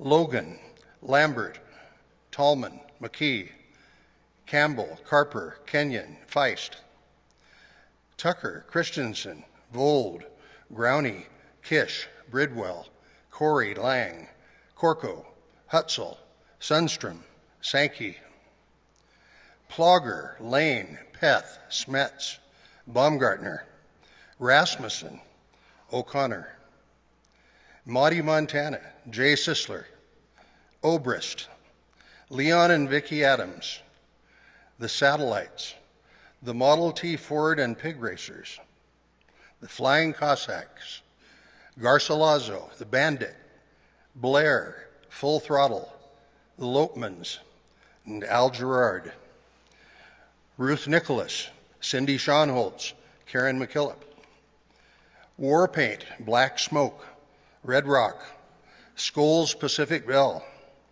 Smith and Velvet, Oscar, Bodacious, Onion Ring, Mahan, Tibbs, Rambo, Shoulders, Groff, Charters, Tompkins, Ragsdale, the Joneses, Alexander, Walker, Oliver, Nogle, Ford, Ackley, the Coopers, the Wrights, the Bothams, Maddox, the Hayes, Whitfield, Irwin, the Knowleses, Crawford, Durfee, O'Connell, and along the way, some words added to our vocabulary in Little St. Paul.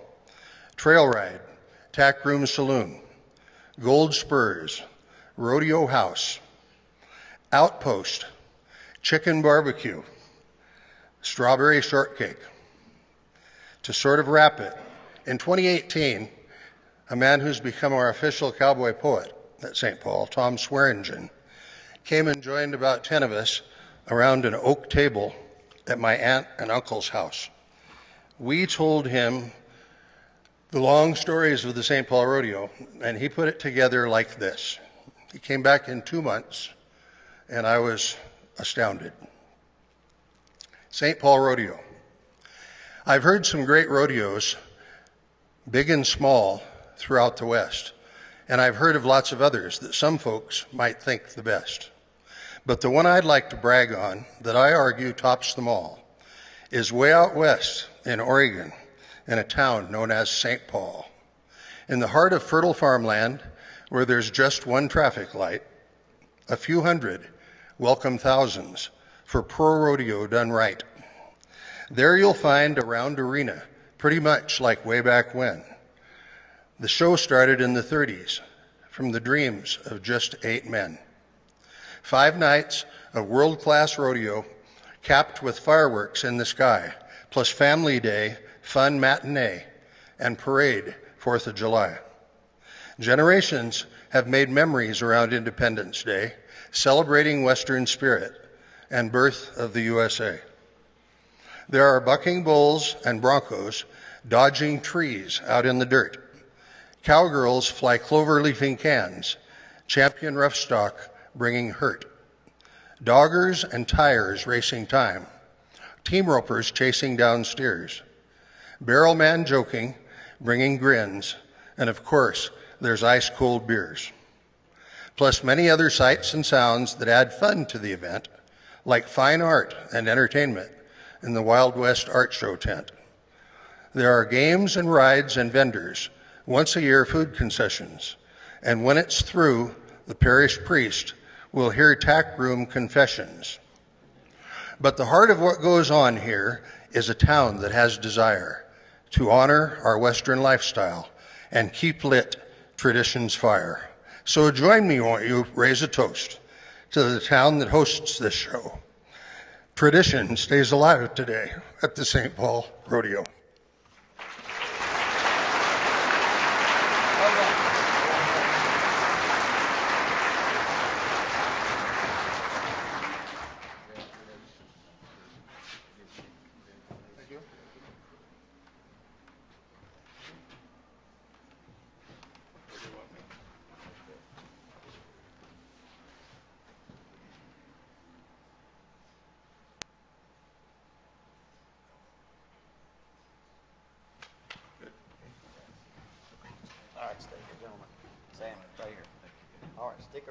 You're not running off.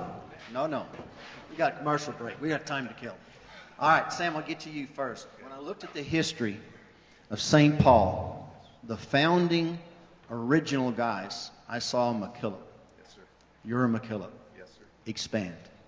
Well, that was my grandfather, John, and for a side note, my mother's father was also on there, Morris Smith, and so I've got it on both sides of the coin. So. Speak about the legacy of that, because I guarantee you in the development of what this rodeo has become is what Kevin just so eloquently put in that poem that was written. How much was the history trained into you to take that legacy forward? Well, I can tell you this, I've never been to the beach on the 4th of July, okay? So we start working on that thing the day the rodeo's done the previous year, and it's a year-long deal, and we're in it full year. So it's a pretty blessed thing to have, really, to look forward to. Kevin, real quick, I'll get to you as far as what's the great joy and the pride from seeing what this rodeo has become since the inception? It's kind of hard to believe, and the timing for this, personally, this is the last year I intend to be on the active board, and for this to happen right now is one of the biggest things that's happened in my life. If you live where we all do, and 6 out of 11 of us, to go back to your previous question, are still grandsons and great-grandsons of the founders.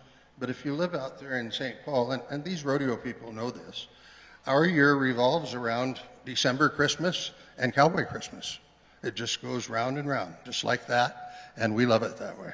And it's called St. Paul Rodeo. Thank you very much, gentlemen.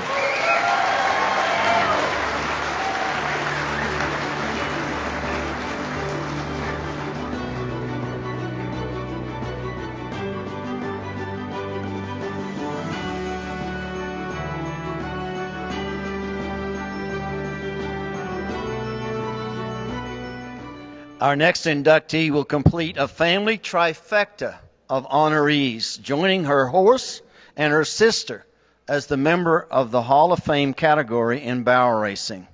She was a 1962 world champion. Let's learn more about this amazing woman.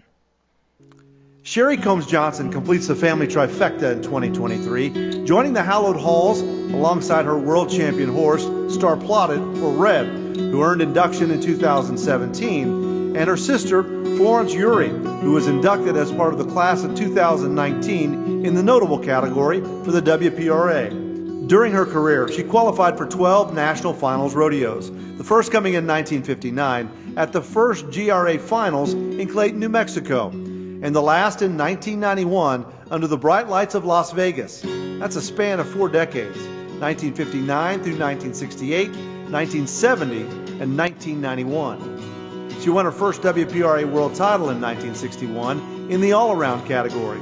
But the highlight of her career would come in 1962 when she won the barrel racing world title aboard her Hall of Fame horse, Red.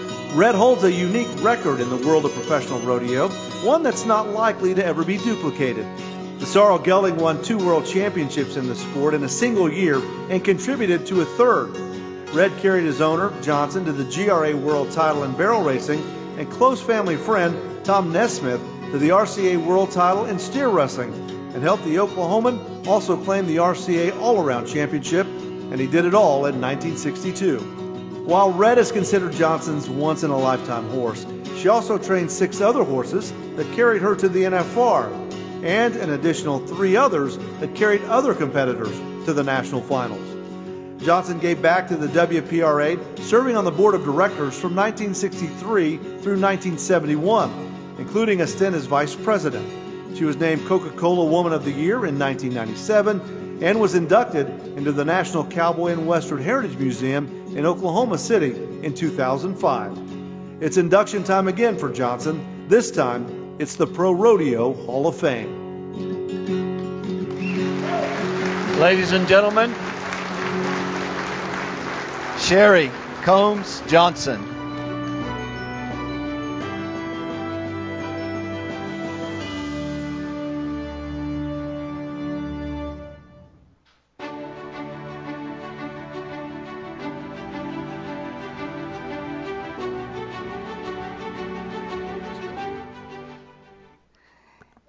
It truly is a miracle of God for me to be able to stand here today. I had a little illness and it kind of set me back, but God is good and I am here. I've had a wonderful, wonderful life, and rodeo has been most of it. Horses, I've loved horses. I love training horses, riding horses, doing anything I could with horses. And rodeo and horses allowed me to go a lot of places, travel a lot of places, make a lot of friends, acquaintances, see things that you wouldn't ordinarily see. And when Becky was small, we'd pull off the road and see something. And, just look. And Red, of course, he was the best horse I ever had. Ever. And anyway, they were bulldogging on him. And I didn't think too much about being a world champion. I was getting to go. And when Benny and I got married, I said, well, I'll marry you, but I'm going to travel with you. He said, no wife travels with their husbands. I said, this one will, or she will be married to you. He says, you name me one wife, and I'll go for it. I said, Beverly Steiner. He said, that's different. I said, that's one. So anyway, I went. And so then one time, I don't know what was going on. He came to the car. I was in the car. And it's the first of the year, and he said, he was already a champion, a world champion.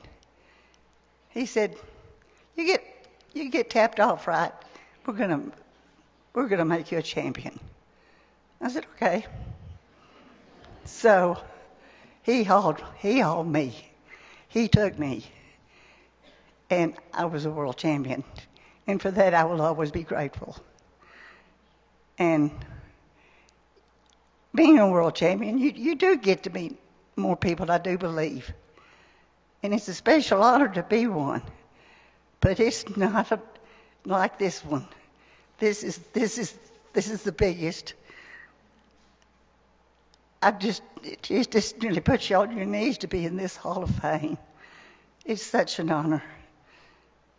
And I thank you all so much. And I just thank you.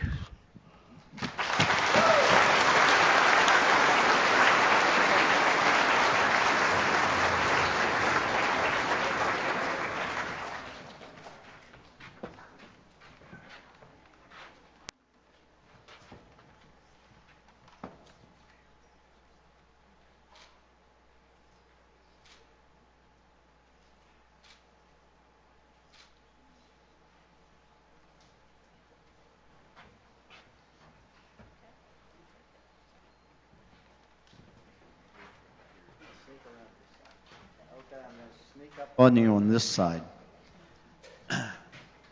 We saw in the video, Red. Expand on just what that horse meant. I mean, here's a horse that won championships on two sides of the arena. He was unreal. Do you know, I trained him 6 weeks and went to Denver and won the first go. Do you know how much money the barrel races would pay for him now? Yeah, and the thing about it, the Bulldoggers, you know, they run out that alley to go to the Bulldogging box. Red left the alley, 9-0. Oh, man. And I saw that barrel. I picked up with my right rein, and he went over there and turned it. And I won the go after 6 weeks of training. I even made the pattern. And he was one of those horses that was Mr. Good. I'm good. Don't you let me forget it. He knew what he was. He knew what he was. Well, you were pretty good, too. Let's have a great round of applause for our inductee. Thank you very much, Sherry Combs Johnson.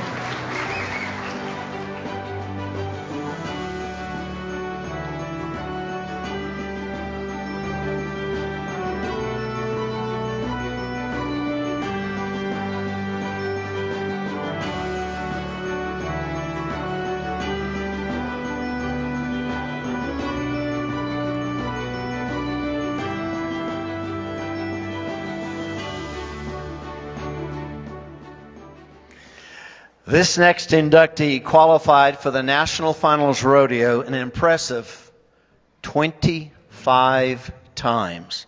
Think about that. 25 times. He won the team roping average in the NFR with his father as a partner. And then in 1981, he became a world champion. And in 2023, he is now a Hall of Famer. Let's find out who he is. Doyle Gellerman started roping at age 5 with his father, who was a great team roper in his own right. Gellerman started out heeling, but quickly switched to heading. He admits that he was much better at roping horns. He joined the RCA in 1968 at the age of 16.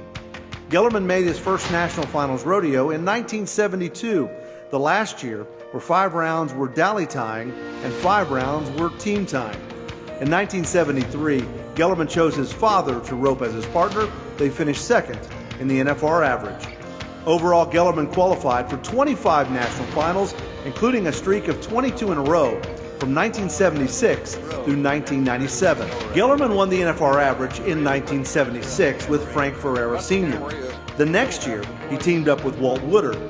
The Gellerman-Woodard partnership reached the pinnacle of the sport, winning the 1978 PRCA Team Roping Championship, awarded to the Cowboys who won the most money during the regular season, and the PRCA World Championship in 1981. Gellerman and Woodard partnered up from 1977 through 1985, and then again from 1992 through 1994. In 1995, Gellerman and his partner Britt Buckus were the first team to break the 4-second barrier at the NFR, beating their 4.1 second record set the year before. Their time of 3.8 seconds would be tied by 3 other teams before finally being broken in 2004 by Clay Tryon and Michael Jones. When qualifying for the National Finals Rodeo stopped being a priority, Gellerman and Woodard put on roping schools for 35 years. He also worked at California oil fields as an inspector for 14 years. Gellerman has retired and moved to Idaho, and today joins the Pro Rodeo Hall of Fame.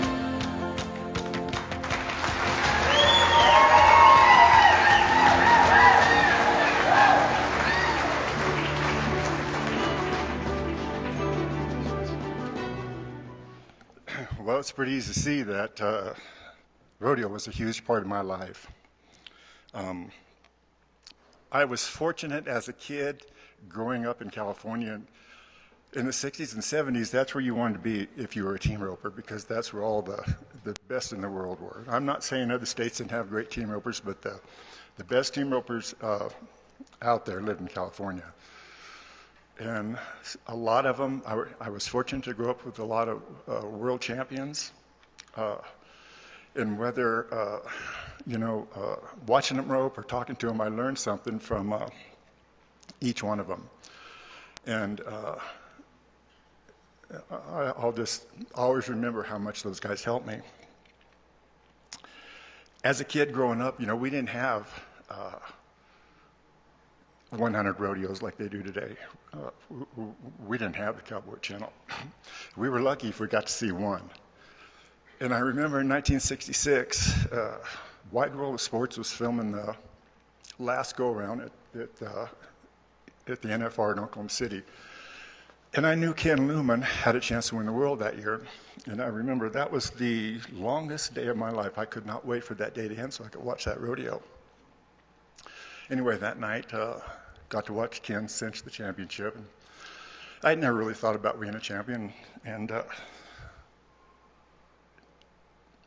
that's when, I don't know, that did something to me. It just said, okay, one of these days, I'm going to have that buckle. It was 15 years later, but Walt Woodard and myself, we won the championship together. That year, they still had a lot of rodeos that would go twice, and we entered some of them, but we only entered one time because we wanted our money to stay the same. When this all when this all came out on social media about who the inductees were, Kendra Sanders called me on the phone and interviewed me, and she goes, "What was your most memorable moment in your career?" And I said, well, of course, I have to say the World Championship. And I had it roping with my dad at the 73 National Finals. And one more, well, I have two more. Meeting the great Toots Mansfield. There's not a lot of people here who could say they met him. And he won his last championship, calf roping championship, and I don't remember how many he won. He probably won 10 or so. He won his last championship in 1950, and I got to meet him, and I'll always remember that. And I added one more. I said, in 1994, Britt Buckus and myself, we broke the arena record for the fastest steer of a rope at that time. We were 4 flat. And I remember telling Britt, I said, you know what? I've been 5, I don't know how many times. I've been 4. I don't know how many times. I have never been 3. I said, we were 4 flat. We were so close to being 3. And I said, it would have been nice to be the first team to be 3 something. He goes, well, look at it this way. We're the first team to be 4 flat. I said, yeah, you got a point. We came back in 95 and we did it. We roped a steer in 3/8. And we were the first team to rope a steer in 3. And I keep waiting for Butch Knowles during the team roping in the national finals to say, hey, Joe, do you know who the first team was that ever roped a steer in 3? But he never does. Anyway, Darrell Sue, who furnished the steers that year, he walked up to me that night and he says, hey, I'm going to give you that steer. And I said, you are? And he goes, yeah. He says, on one condition. When it comes time, you have to get his head mounted. I said, okay. I said, it's a deal. So I went to Britt and I told him what he said, and Britt said, no, listen here. We're going to share that steer's head. When you get his head mounted, we're sharing it. I was part of that too. I said, yes, you were. You absolutely were. So I took that steer home, and we just kicked him out in the pasture with the horses. I don't know how many years we had him, but he just ran with the horses. And I was at a rodeo putting on school one day, and my wife Anita calls me. She goes, hey, you have to do something with this steer. he's running my stepdaughter, Carmen, and her out of the pasture. And I said, what? She said, yeah, he's running us out of the pasture. I said, what are you talking about? I can walk out there and pet him. She goes, I don't care what you can do with him. I'm telling you, we are not playing Rob Smets here, and you got to do something with that steer. I said, okay. So I came home, took him to the butcher, and I told the butcher, I said, I told him I had to get his head mounted. And I said, I need you to do me a favor. I said, I need you to take that steer's tail, some hide around it. I said, make it look as pretty as you can make a steer's rear end look. And he looked at me and he said, I've been in this business for a long time, and I have never, ever been asked to do that. I said, you probably never will again, but I said, I need you to do this for me. So anyway, to speed the story up, when I got him back from the taxidermy shop, I took that steer's head, and we named that steer 3-8. I took 3-8, I put him on the wall, I took a picture of it, and I sent it to Brett. Instantly, my phone rings. And it's Brett, and he goes, now listen here, we're going to share that steer. I said, yes, we are. You roped his ass in, that's what you're getting.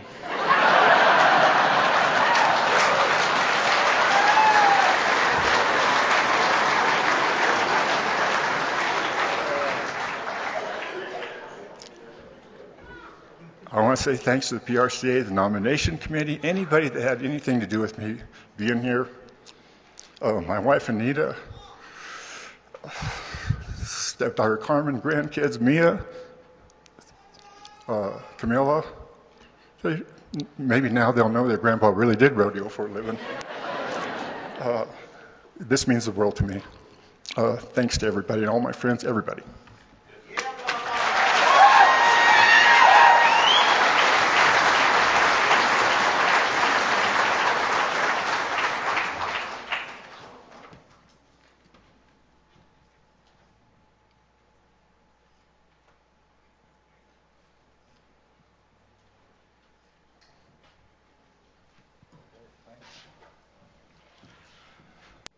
I told you it would mean a lot, didn't I? Yes, you did. Yeah, definitely did. It is special. And you know, what a great story. But, you know, you told me something funny riding back last night tell us all about when you found out that you were going to be part of the 2023 class. I was in Indiana putting in a pipeline. I'm an inspector on the pipeline, in the oil fields, and we were putting in a gas line, and I get a call from Tommy Hersick. Well, I never get a call from Tommy, and I thought, oh, this is good. We're going to talk about roping. Well, I answered the phone. Hey, Tommy, how's it going? He said, hey, I'm over here at the PRCA headquarters, and I remember hearing ProRodeo Hall of Fame, something about nomination, and I thought what he was telling me was, look, your name's going to go in the hat. If you get picked, we'll call you. Well, I'm back there. My mind just starts running 100 miles an hour, and I don't have a hat. I have no sports coat. How am I going to make this work? I'm thinking, well, maybe it'd be better if they put my name in the hat next year. And I can guarantee you that nobody in the Hall of Fame has probably ever given them this response. I said, will you give me a day to think about this? And here we are. Ladies and gentlemen, what a legend. 25 times to the National Finals Rodeo.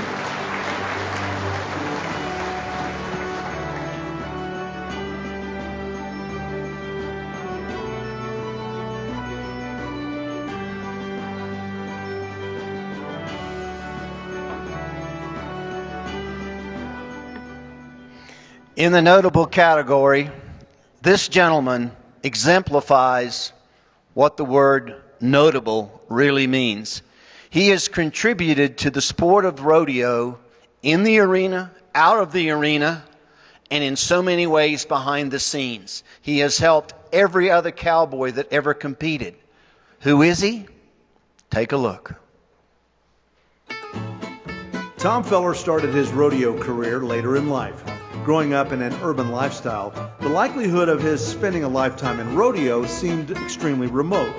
But fresh out of high school, he tried riding a bull. While that fed the rodeo fever, he admits that bull riding wasn't his calling. Choosing instead to serve his country, Feller joined the Marines and spent a tour of combat duty in Vietnam. Upon his return, Feller finished his bachelor's degree in art education at the University of Texas Arlington. However, rodeo still called. He joined his younger brother Jim Bob in his clown act while he was still pursuing a degree and bought his PRCA card in 1974. Feller attributes a muddy performance at the Greeley Independence Day Stampede with catapulting his career. Wanting to keep the crowd entertained during the inclement weather, Feller worked with announcers Bob Tallman and Hadley Barrett to keep the fans in their seats and cheering for the Soggy Cowboys. That year, 1981, proved to be a banner one for Feller. He was selected as barrelman for the Beauty and the Beast Wrangler Bullfight Finals, selected to work the National Finals Rodeo, and won the PRCA Clown of the Year. Feller would go on to win many other titles, including the inaugural Coors Man in the Can title in 1984. He'd win that again in 1987, and a second PRCA Clown of the Year title in 1987 as well. Feller officially retired from the arena during the Greeley Independence Day Stampede in 1990. He went on to work for the PRCA, partnering with national sponsors to grow the sport of rodeo and gain more rewards for the athletes that competed. Following his stint at the PRCA, Feller served in a variety of legislative positions within the association, including chairman of the PRCA Board of Directors. In 1992, Feller joined the Justin Brands team and has dedicated his post-arena life to promoting the sport of rodeo via the Justin Cowboy Crisis Fund and the Justin Sports Medicine team. Please welcome Tom Feller into the Pro Rodeo Hall of Fame.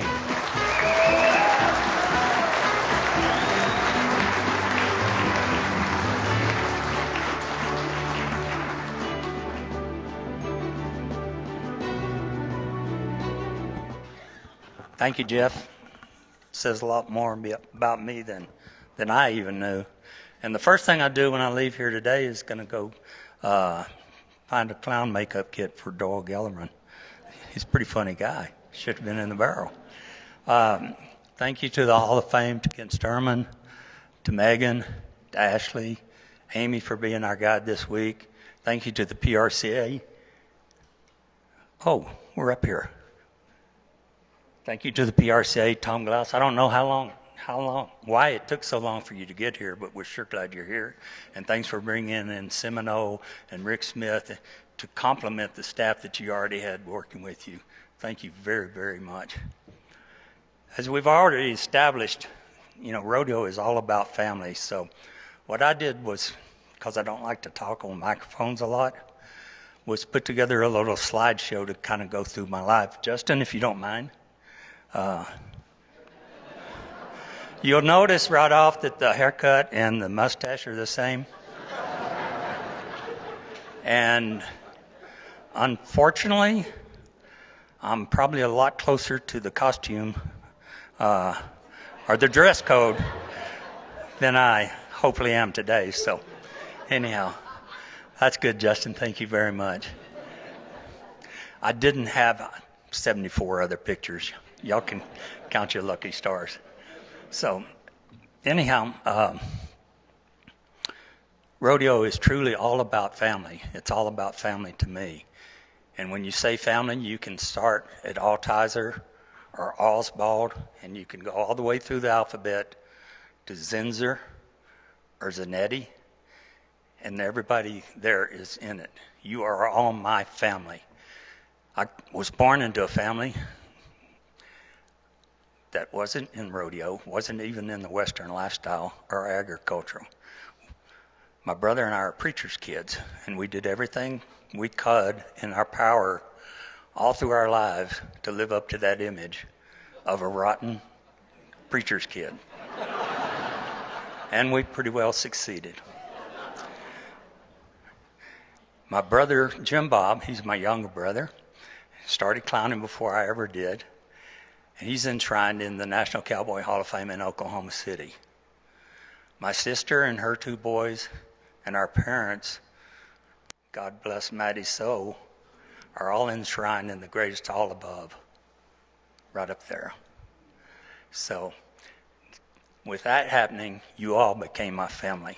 And I was always in the right place at the right time to be what I wanted to be, and that's to be shining the light on someone else. I never liked the spotlight, but I like to make other people look better in theirs. And as luck would have it, being in the right place at the right time brought me here to the PRCA to work in the office, to work with Brian McDonald and Jerome Robinson in creating the patch program, to work with them on creating the Justin Cowboy Crisis Fund when Justin brought the idea to the PRCA. And, you know, we did all our work in our due diligence, and Randy Bobier made it legal. But we had Harley Diedrich, Kay Blakely, and Wendy Walls there to make sure we dotted the I's and crossed the T's. And then my life after rodeo, I have Darla Fisher and Jackie Montgomery to make sure I keep it right. So we've talked a lot about life after rodeo this week with different individuals here. And for me, there's never been a life after rodeo because I was able to move right into the Justin Brands family. And when you walk in the front door, there's 6 bronzes of the founders of this great hall. 2 of them are people whose brand and whose company I work for, John Justin and Tony Lama Sr. So to me, that is quite an honor. And to be joining Mr. Justin and my friend Mel Potter and the likes of Benny Binion and the likes of Michael Gahn in a notable category is just beyond belief. I had a lot of things I wanted to say more about family, but this clock's running quicker than I ever thought it might.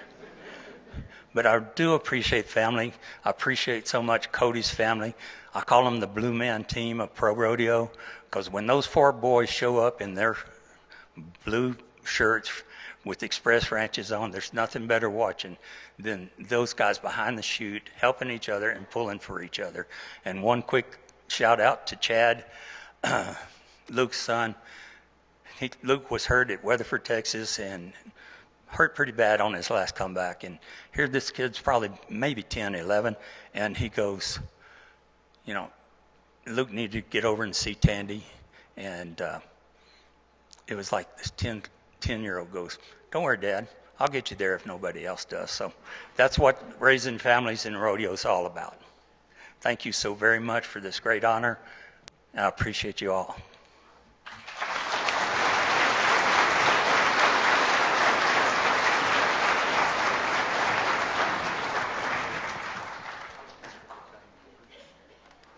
Step too far back. Step back.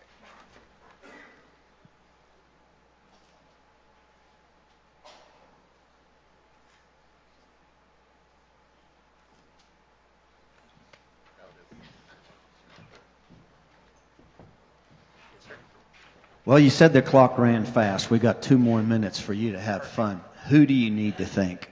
Who do I need to thank? Places like St. Paul, Oregon, who make contributions to the Cowboy Crisis Fund so that we can do the job that we do to help cowboys that are injured and hurt. And most of all, I need to thank Don Andrews and J. Pat Evans for creating the most critical and important program that's ever hit rodeo, and that's the Justin Sports Medicine team. And I think there's no doubt.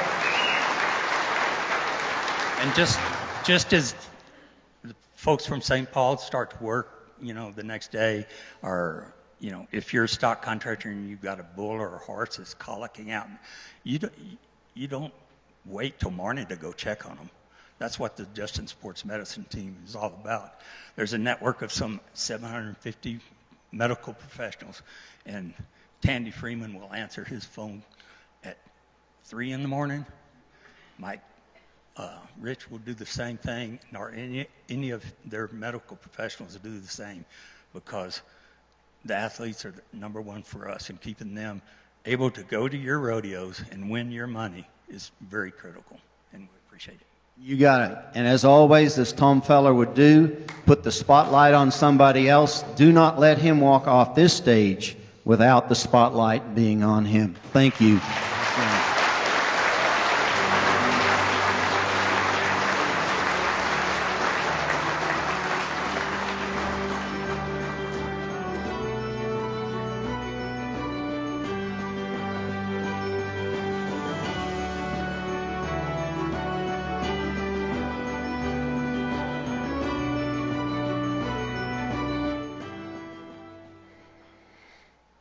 In the saddle bronc riding category, our next inductee was a two-time world champion.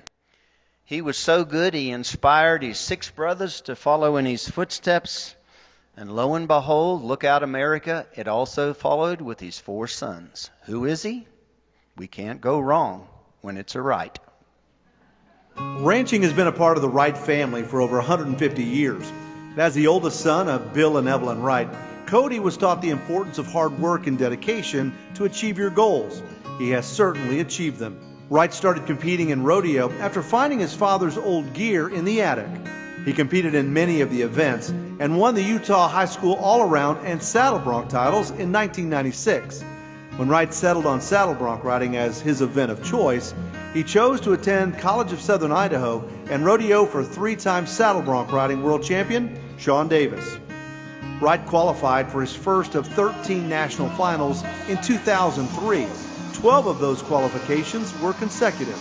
It would take 5 years before he won his first world title. In 2008, the saddle bronc title seesawed between Wright and 5-time world champion Billy Ettbauer. Wright edged out Ettbauer by $43,000. Boy, look at this, though. Pretty typical for Cody Wright. That's a nice horse. Yeah, he takes the lead. Great for Cody Wright, 88.5. It was a similar contest in 2010 when Wright was battling with Wade's son Doyle for the world championship. That world title was won by less than $23,000. In 2013, Cody Wright became the 20th PRCA Cowboy to reach $2 million in career earnings. Cody Wright also won the Wilderness Circuit All-Around Championship and the Wilderness Circuit in saddle bronc riding 6 times. One of Wright's most enduring qualities has been to inspire his 6 brothers and 4 sons to compete in the same event. In 2014, the Wrights broke the Ettbauer's record of 3 brothers qualifying for a single event at the national finals with 4. Jesse, Jake, and Spencer joined Cody. They would break the record again in 2016 when 5 Wrights would qualify in the same saddle bronc riding competition. Brothers Cody, Jake, and Jesse were joined by Cody's oldest sons, Rusty and Ryder. Today, the Wright revolution continues with the Wright that started it all being welcomed into the ProRodeo Hall of Fame.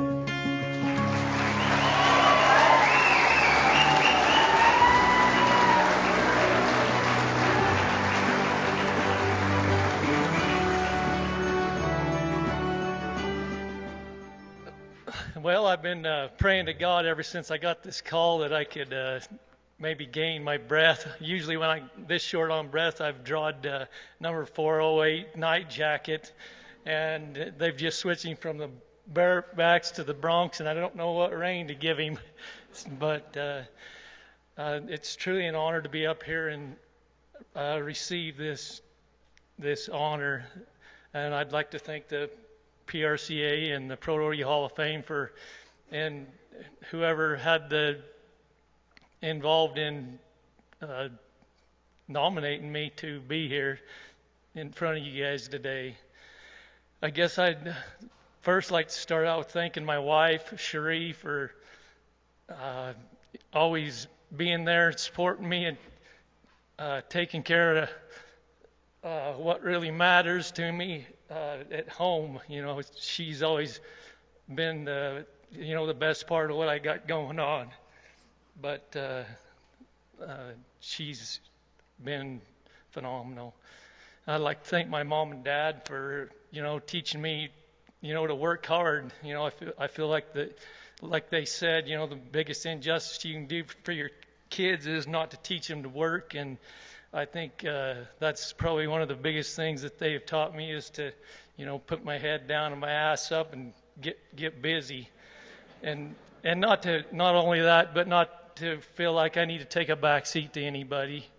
And I wanted to thank a really important person that I feel like was a turning point in my career. Is when I decided to go to Twin Falls to CSI. Sean Davis was a huge turning point in my career. Not only fine tuning me in bronc riding, but just in the whole sport of rodeo. I couldn't think I could have made a better decision on where to go and who to learn from than Sean Davis. And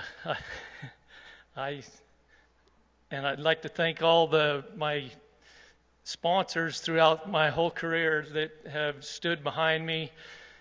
I've had some phenomenal ones, Resist All Yeti.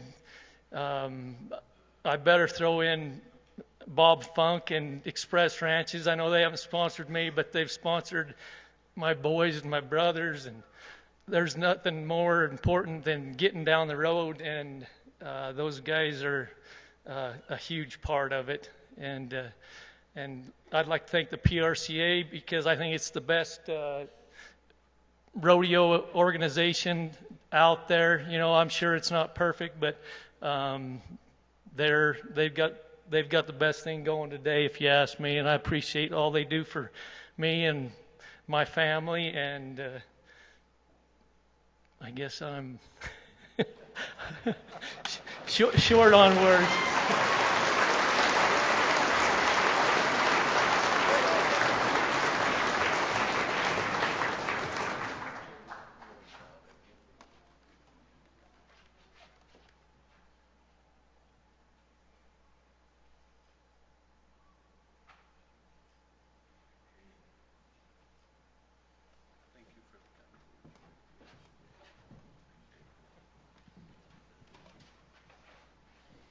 You can tell the patch program came along thanks to Tom Feller, and there he is thanking his sponsors just like it's supposed to be.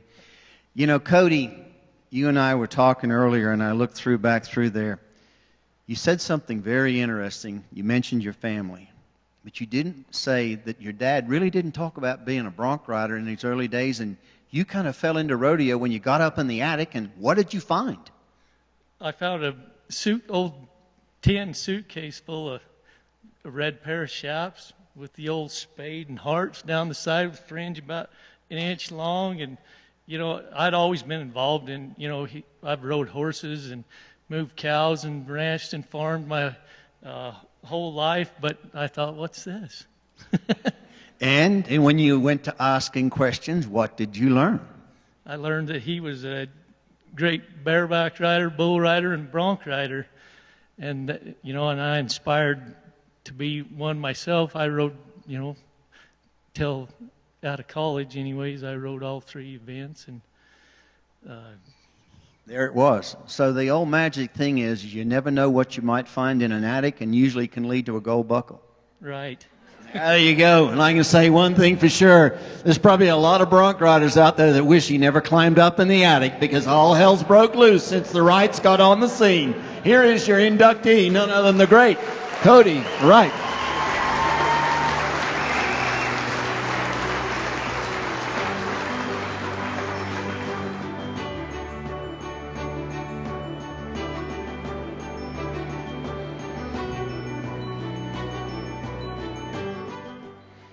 Our final inductee this morning comes to the Hall of Fame carrying 5 gold buckles, 14 trips to the National Finals Rodeo, untold wins at the National Finals Rodeo in the go-rounds. He dominated in the building, he dominated in the arena, and he is our final inductee. Who is he? Check it out. Luke Branquinho was raised on a 7-generation family ranch in Los Alamos, California. Luke started wrestling steers at 11 with the help of family friend John Black, and because he was so small at the time, he learned supreme technical skills.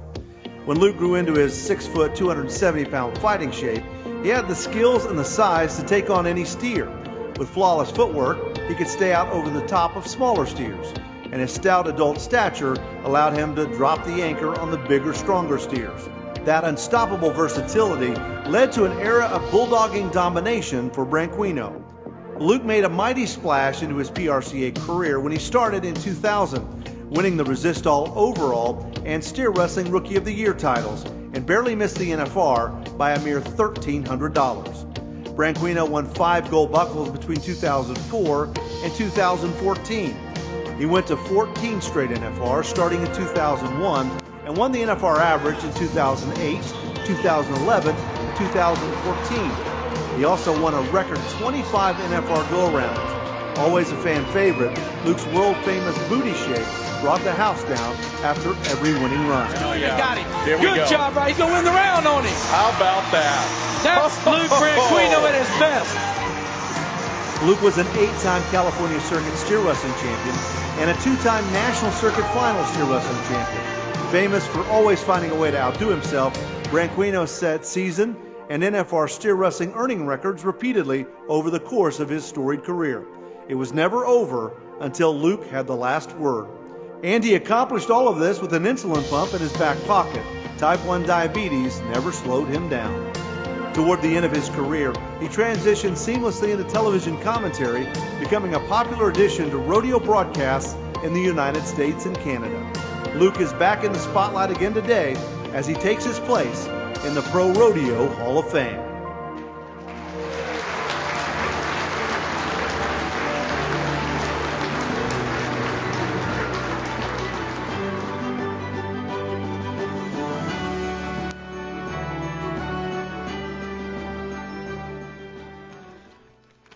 All right, I promise I'm not going to cry. That's too late. Thanks, Jeff. He said he was going to do that when we were up in Calgary. He said, I'm going to probably make you cry, and he did good. But I don't have a great memory because I'm a steer wrestler. I have hit my head a lot, so I wrote my speech down. The problem with that is I am a steer wrestler, and my grammar and my spelling is horrible, and I have to read it. So we're going to give it a shot here. July 2015, 2010. I was rushing Lindsay to hurry up and have Jameson, like a typical rodeo cowboy. And he's celebrating his 13th birthday with us today. So happy birthday, bud.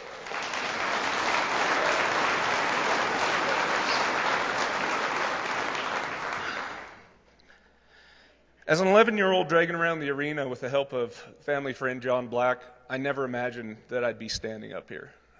My brother Casey and Joey Ames dragging on the steer's tail, so I didn't get stepped on very much. I think they still wanted me to get stepped on a little bit. I've had the honor of traveling with some tough cowboys, with the toughest cowboys going, and all that did was make me a tougher competitor. So thank you guys that I got to travel up and down the road with.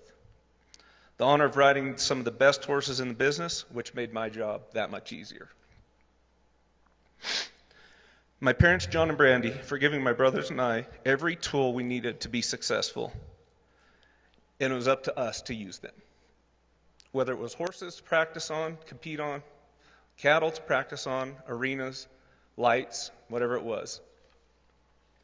And to the countless hours in the truck hauling us around the country. My brothers, Tony would always call in and check and see how I was doing, and always give me words of encouragement. Casey always competed at the highest level and made me want to be better. They say iron sharpens iron, and at a young age, he helped me become razor sharp. This was tough. My father-in-law, Mark, you're not here to enjoy this day with us, but I know you're smiling down from above. Your words always seem to make everything okay, no matter how tough the situation it was. I miss hearing them. Dr. Tandy Freeman, I'm not going to go into the jokes we have about each other, but you've put me back together many times. And if you didn't feel like you could do the job, you always sent me to the best person you thought could do it. And I always had confidence to get back into championship form. Thank you for being a great surgeon and a great friend.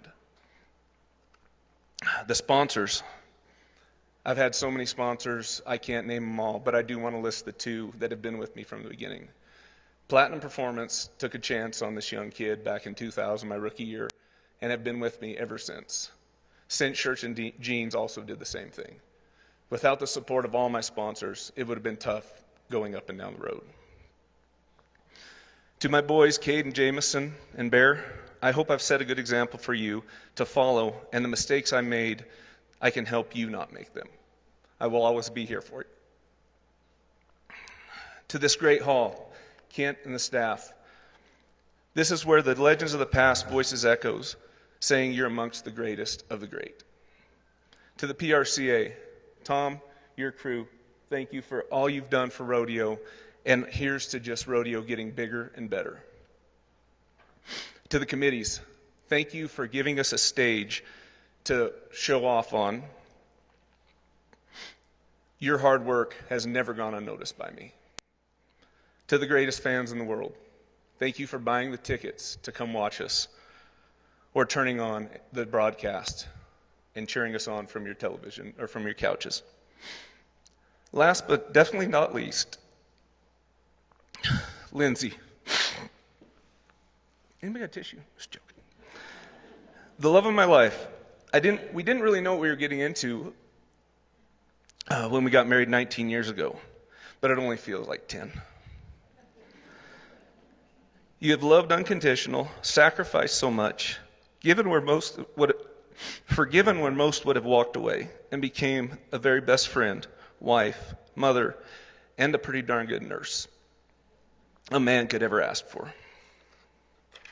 Oh, I'm 35 seconds long. I'll hurry up. I'm sorry. Thank you for never giving up on me, even when I made it so easy for you to. Thank you all so very much. There's not enough time up here to explain my gratitude of all everybody has done for me.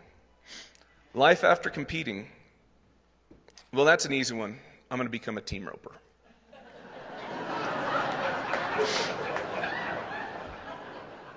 Cactus ropes all the way. But in all seriousness, I love doing television commentary, getting to work with guys like Butch, Jeff, Joe Beaver. It's been so much fun for me to be able to get in front of the camera and do that. And grateful for so many companies that have been willing to take a chance on me and teach an old bulldogger new tricks. My podcast, The Luke Branquinho Show, if you haven't checked it out and subscribed, please do. That'll just help my ratings. Steer wrestling clinics. I've always enjoyed going out and helping the future of rodeo, whether it was learning how to steer wrestle inside the arena, outside the arena. It's been a passion. That's something that I will continue to do. And a Western-themed clear spirit company, which I can't divulge too much about right now, but it's going to be mucho bueno. I couldn't imagine being in a better group than this. Congratulations to the ProRodeo Hall of Fame class of 2023. Thank you.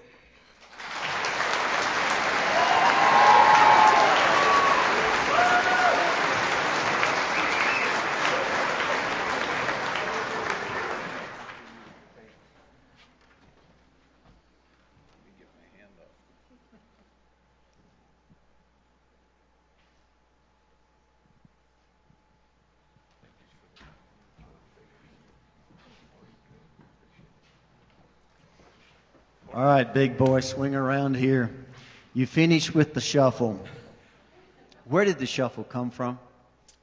Well, in 2004 at Omaha, the crowd wasn't getting into the rodeo like the announcers had wanted, so they came to me, and folks remember Rooster Reynolds used to do the chicken dance, and they thought if somebody could do something like that, the crowd would get a little more involved in the rodeo, and I really didn't want to do it, and they kept hounding me, and finally, that was the only thing I could think of. If I did that, they'd never ask me to do it again. That blew up in my face. Yes, I would say so, but I think it became, everyone expected it. Everyone cheered you on. I remember watching you at the finals. Nobody could wait for you to make a great run because a great run meant the shuffle was coming. Yeah, that's the silver lining, I guess, for me, is if I had to do it, that meant I won something. All right. Well, speaking about you won something, Cowboy, welcome to the Hall of Fame. Thank you. Thank you all. Stay here, and I'd like to invite all the other inductees up on the stage. Luke, come back here. All the other inductees, come on up on stage. We're going to have a great shot. Let's meet this class of 2023.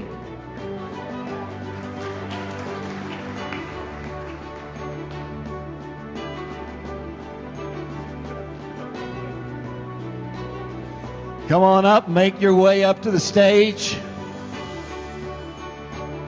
This will be a great photo opportunity for everybody in the crowd. As you see, as they come up onto this stage, These are heroes and legends. They join the 279 previous inductees, the 32 rodeo committees, and the 37 other livestock.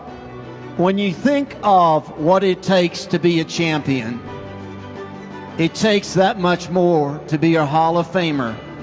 When you think of everybody that ever got a GRA, WPRA, RCA, or PRCA card, there's in the hundreds of thousands, and yet only a few hundred are in this hall.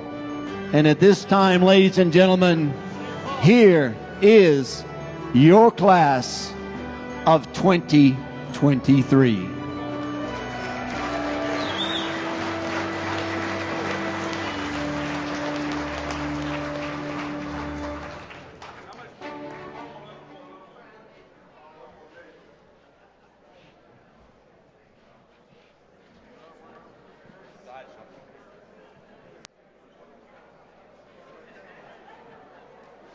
Let's hear it for them one more time. The 2023 class into the Pro Rodeo Hall of Fame.